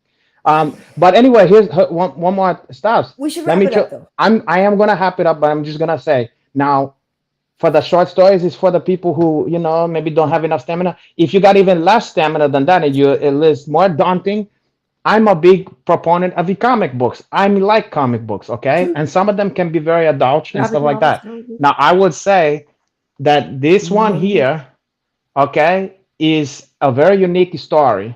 What does it say? Soul feed? Scalped, okay? Oh, scalped. I don't have my glasses. I'm sorry. So what it is it take place on a Indian reservation, okay? Native American Indian reservation, which is a very depressed place, a depressed economy. There's a lot of fucked up stuff. A lot of fucked up stuff going on there, okay? But what this thing is like watching, it's like a hard-boiled crime story, but instead of the mafia, you have the crooked people at the Indian casino, okay? And that's like kind of the bad guy shit, okay? And they hunt the fucking stuffs around there. Now you have this mysterious character who have come in, who have come back to town after not being there for years, and no one knows what's up with him. And he don't carry a gun or nothing. He this sounds crazy, but he carries the nunchuck or whatever, okay? But now that sounds crazy, okay? But when I tell you this is first hate stuff, and his name is Dasho Bad Horse. And he's just a tough motherfucker. Anyway, and there's lots of twist and turn. It's almost like The Departed or something like that, but in Native American stuff. Ooh, lots of fucking twists and lots of violence and just this social commentary about the stuff that's going on with the Native American, all this kind of shit. I can't recommend enough there. It's called Scalped, and there's like a bunch of them, but this is the first one. You start with this one, God. Okay. Cool. Yeah, Okay. I agree. Graphic novels and manga and stuff like that. There's a lot of interesting stuff. I don't mind manga. That's too close to manga leish or whatever, Manga leish, mini manga leish. Yeah, I don't want you. I don't even like action hero on the pages of a zine. Yeah, he would be like one of those. Is Hobash, He would have rosy cheeks and they draw him like a fat character. I'll give you one last one. I know you did have some good suggestions. I know you're dying for one last one because this one is called Black Sad, okay? And what this one is a noir tale, like in the 40s, okay? But here's what's nice about this one, okay? It's like a detective story from that time, but everybody's an animal. So it's like almost like a kid's story, but it's very fucking adult. Nice. Okay, but all this stuff's happened. Look at the artwork, the sumptuous artwork. So if anybody knows an anime, if people watch Beastars, that's never mind that. So you have all this stuff where in this world, everybody is a different types of animal. Cute. And then they have like the whites. They have a story where he get in trouble with the white supremacists, and there's the polar bear. Look. Oh no. Oh caralho. Look at that stuff. And there's a lot of wisecracking, wise chalking stuffs, and the kind of stuff that you see in the old. black side, and it's I think these guys is from Spain. Where are these guys from? The guys who is they're not Americans, but they're making it like an American. It takes place in, even though it's animal world or whatever, it's like it's as if it takes place in New York or LA or something. It's Right. like your classic, detective noir with all the fucking femme fatales and the double crosses and the dirty cops Good. and everything, but everybody's a some type of animal, and it's well done, and it's for Yeah. adults, it's not for fucking kids. Cool. Cool. But it can train your brain to get used to hitting a little bit, and you're getting assisted with the pictures, and it's like a nice training wheels if you intimidated by hitting. Well, I will say this too, because part of my, just in general, I was never on it like tons and tons, but I definitely wanted to be on social media less this year, just like definitely spend less feel time you. on Instagram. So I set limits on the thing, like, and for like a real low amount of good. time. And I just kind of look over here, I dump something and kind of run, because it's just you end up spending too much time thinking about other people, right? And it's like I want to spend more time listening to my thoughts and voices, and like, what do I really want to do independent of the influence I'm getting from what I'm seeing other people do. Oh shoot, they're doing this and that looks like it's doing well maybe I should do that too, versus what do I really want to do. And there's that, okay, and another aspect too is that it's very passive entertainment. It's Yeah. so your brain is turning to mush because you're Right. just sitting there and just looking at, you're just like good, good, good, good, picture, picture, picture, picture, and just all tits, ass. I mean, which to listen to a certain degree, that's nice, but that's like potato chips or candy or whatever. So you It's can't fast make, food. It's empty yeah, you can't calories. It's make your well, full diet of that, is well, bad for right. And like I yourself. said, plus part of the time you're seeing like, and yeah, you get jealous. Like you see somebody doing something cool, or that I I don't wish get I was jealous. doing that, and blah blah blah blah blah. And you're like, well, you know what? 5 minutes ago, I was in a good mood and I was just chilling, and you know what I mean. Then I looked at this app, and now I'm in a bad mood. Like, so why am I doing that? But don't do that one, I mean, yeah, do less of that Exactly. one, and So I'm doing obviously it there's way less. Like I said, I was never on it a ton anyway. And if ever I'm on it, it's literally because like you got to post a thing and advertise the show and blah blah blah blah blah. So obviously yeah. there's a certain amount of time I do need to be on it, but yeah, I'm definitely trying to be there a lot less. Yeah, and if you could, I mean, we all, when we want to get in shape, we can put like these kind of goals for ourselves. Like, hey, I'm gonna make sure I do at least this. People, a lot of people I hear, especially women, they go, I'm gonna get this many steps in or whatever. It wouldn't kill you to go, hey, listen, I'm not gonna try to hit War and Peace, okay? But let me Right. just hit every day 10 pages of a fucking book, 10 Right. fucking pages. And then what happens with when I do that is inevitably, if it's any worth a shit, the book that I'm hitting, I'm going to get caught up in it anyway. And I'll end up hitting 25, 30, 40, whatever. But just the fact that I just said, let me just at least get that done, it makes you just do it. You know what I mean? Yep. Instead of going, well, I'll get around to hitting that fucking shit. Yeah. Yeah. Yeah. Yeah. It's true. It's true. It's true. Well, and to infinity says, and beyond says, you remind him of their social studies teacher. I used to fall asleep in his class, but he was a great teacher. You're going to fall But asleep in anyway, my we do jiu-jitsu need to wrap class, it too. up. Renata, we've been here You're for a gonna minute, fall but asleep from a here naked choke if you're not careful. no. But I think that, it was good. And we talked about this. I think this is really good because like I said, I love to read. And it was, maybe not something you hear on everybody else's podcast, but I think we had some really solid suggestions that people could really enjoy. I had some great suggestions. Yeah, I had some suggestions. you had one about Lusitania sinking, and then you had another one called Dead Weight or something like that. And those was both depressing. And then, I guess people can sink their teeth into that one if they feel like. Okay, so anyway, why don't we wrap it up? Hey, where can people find you on the social media? Speaking of which, You can. Oh yeah. Oh yeah.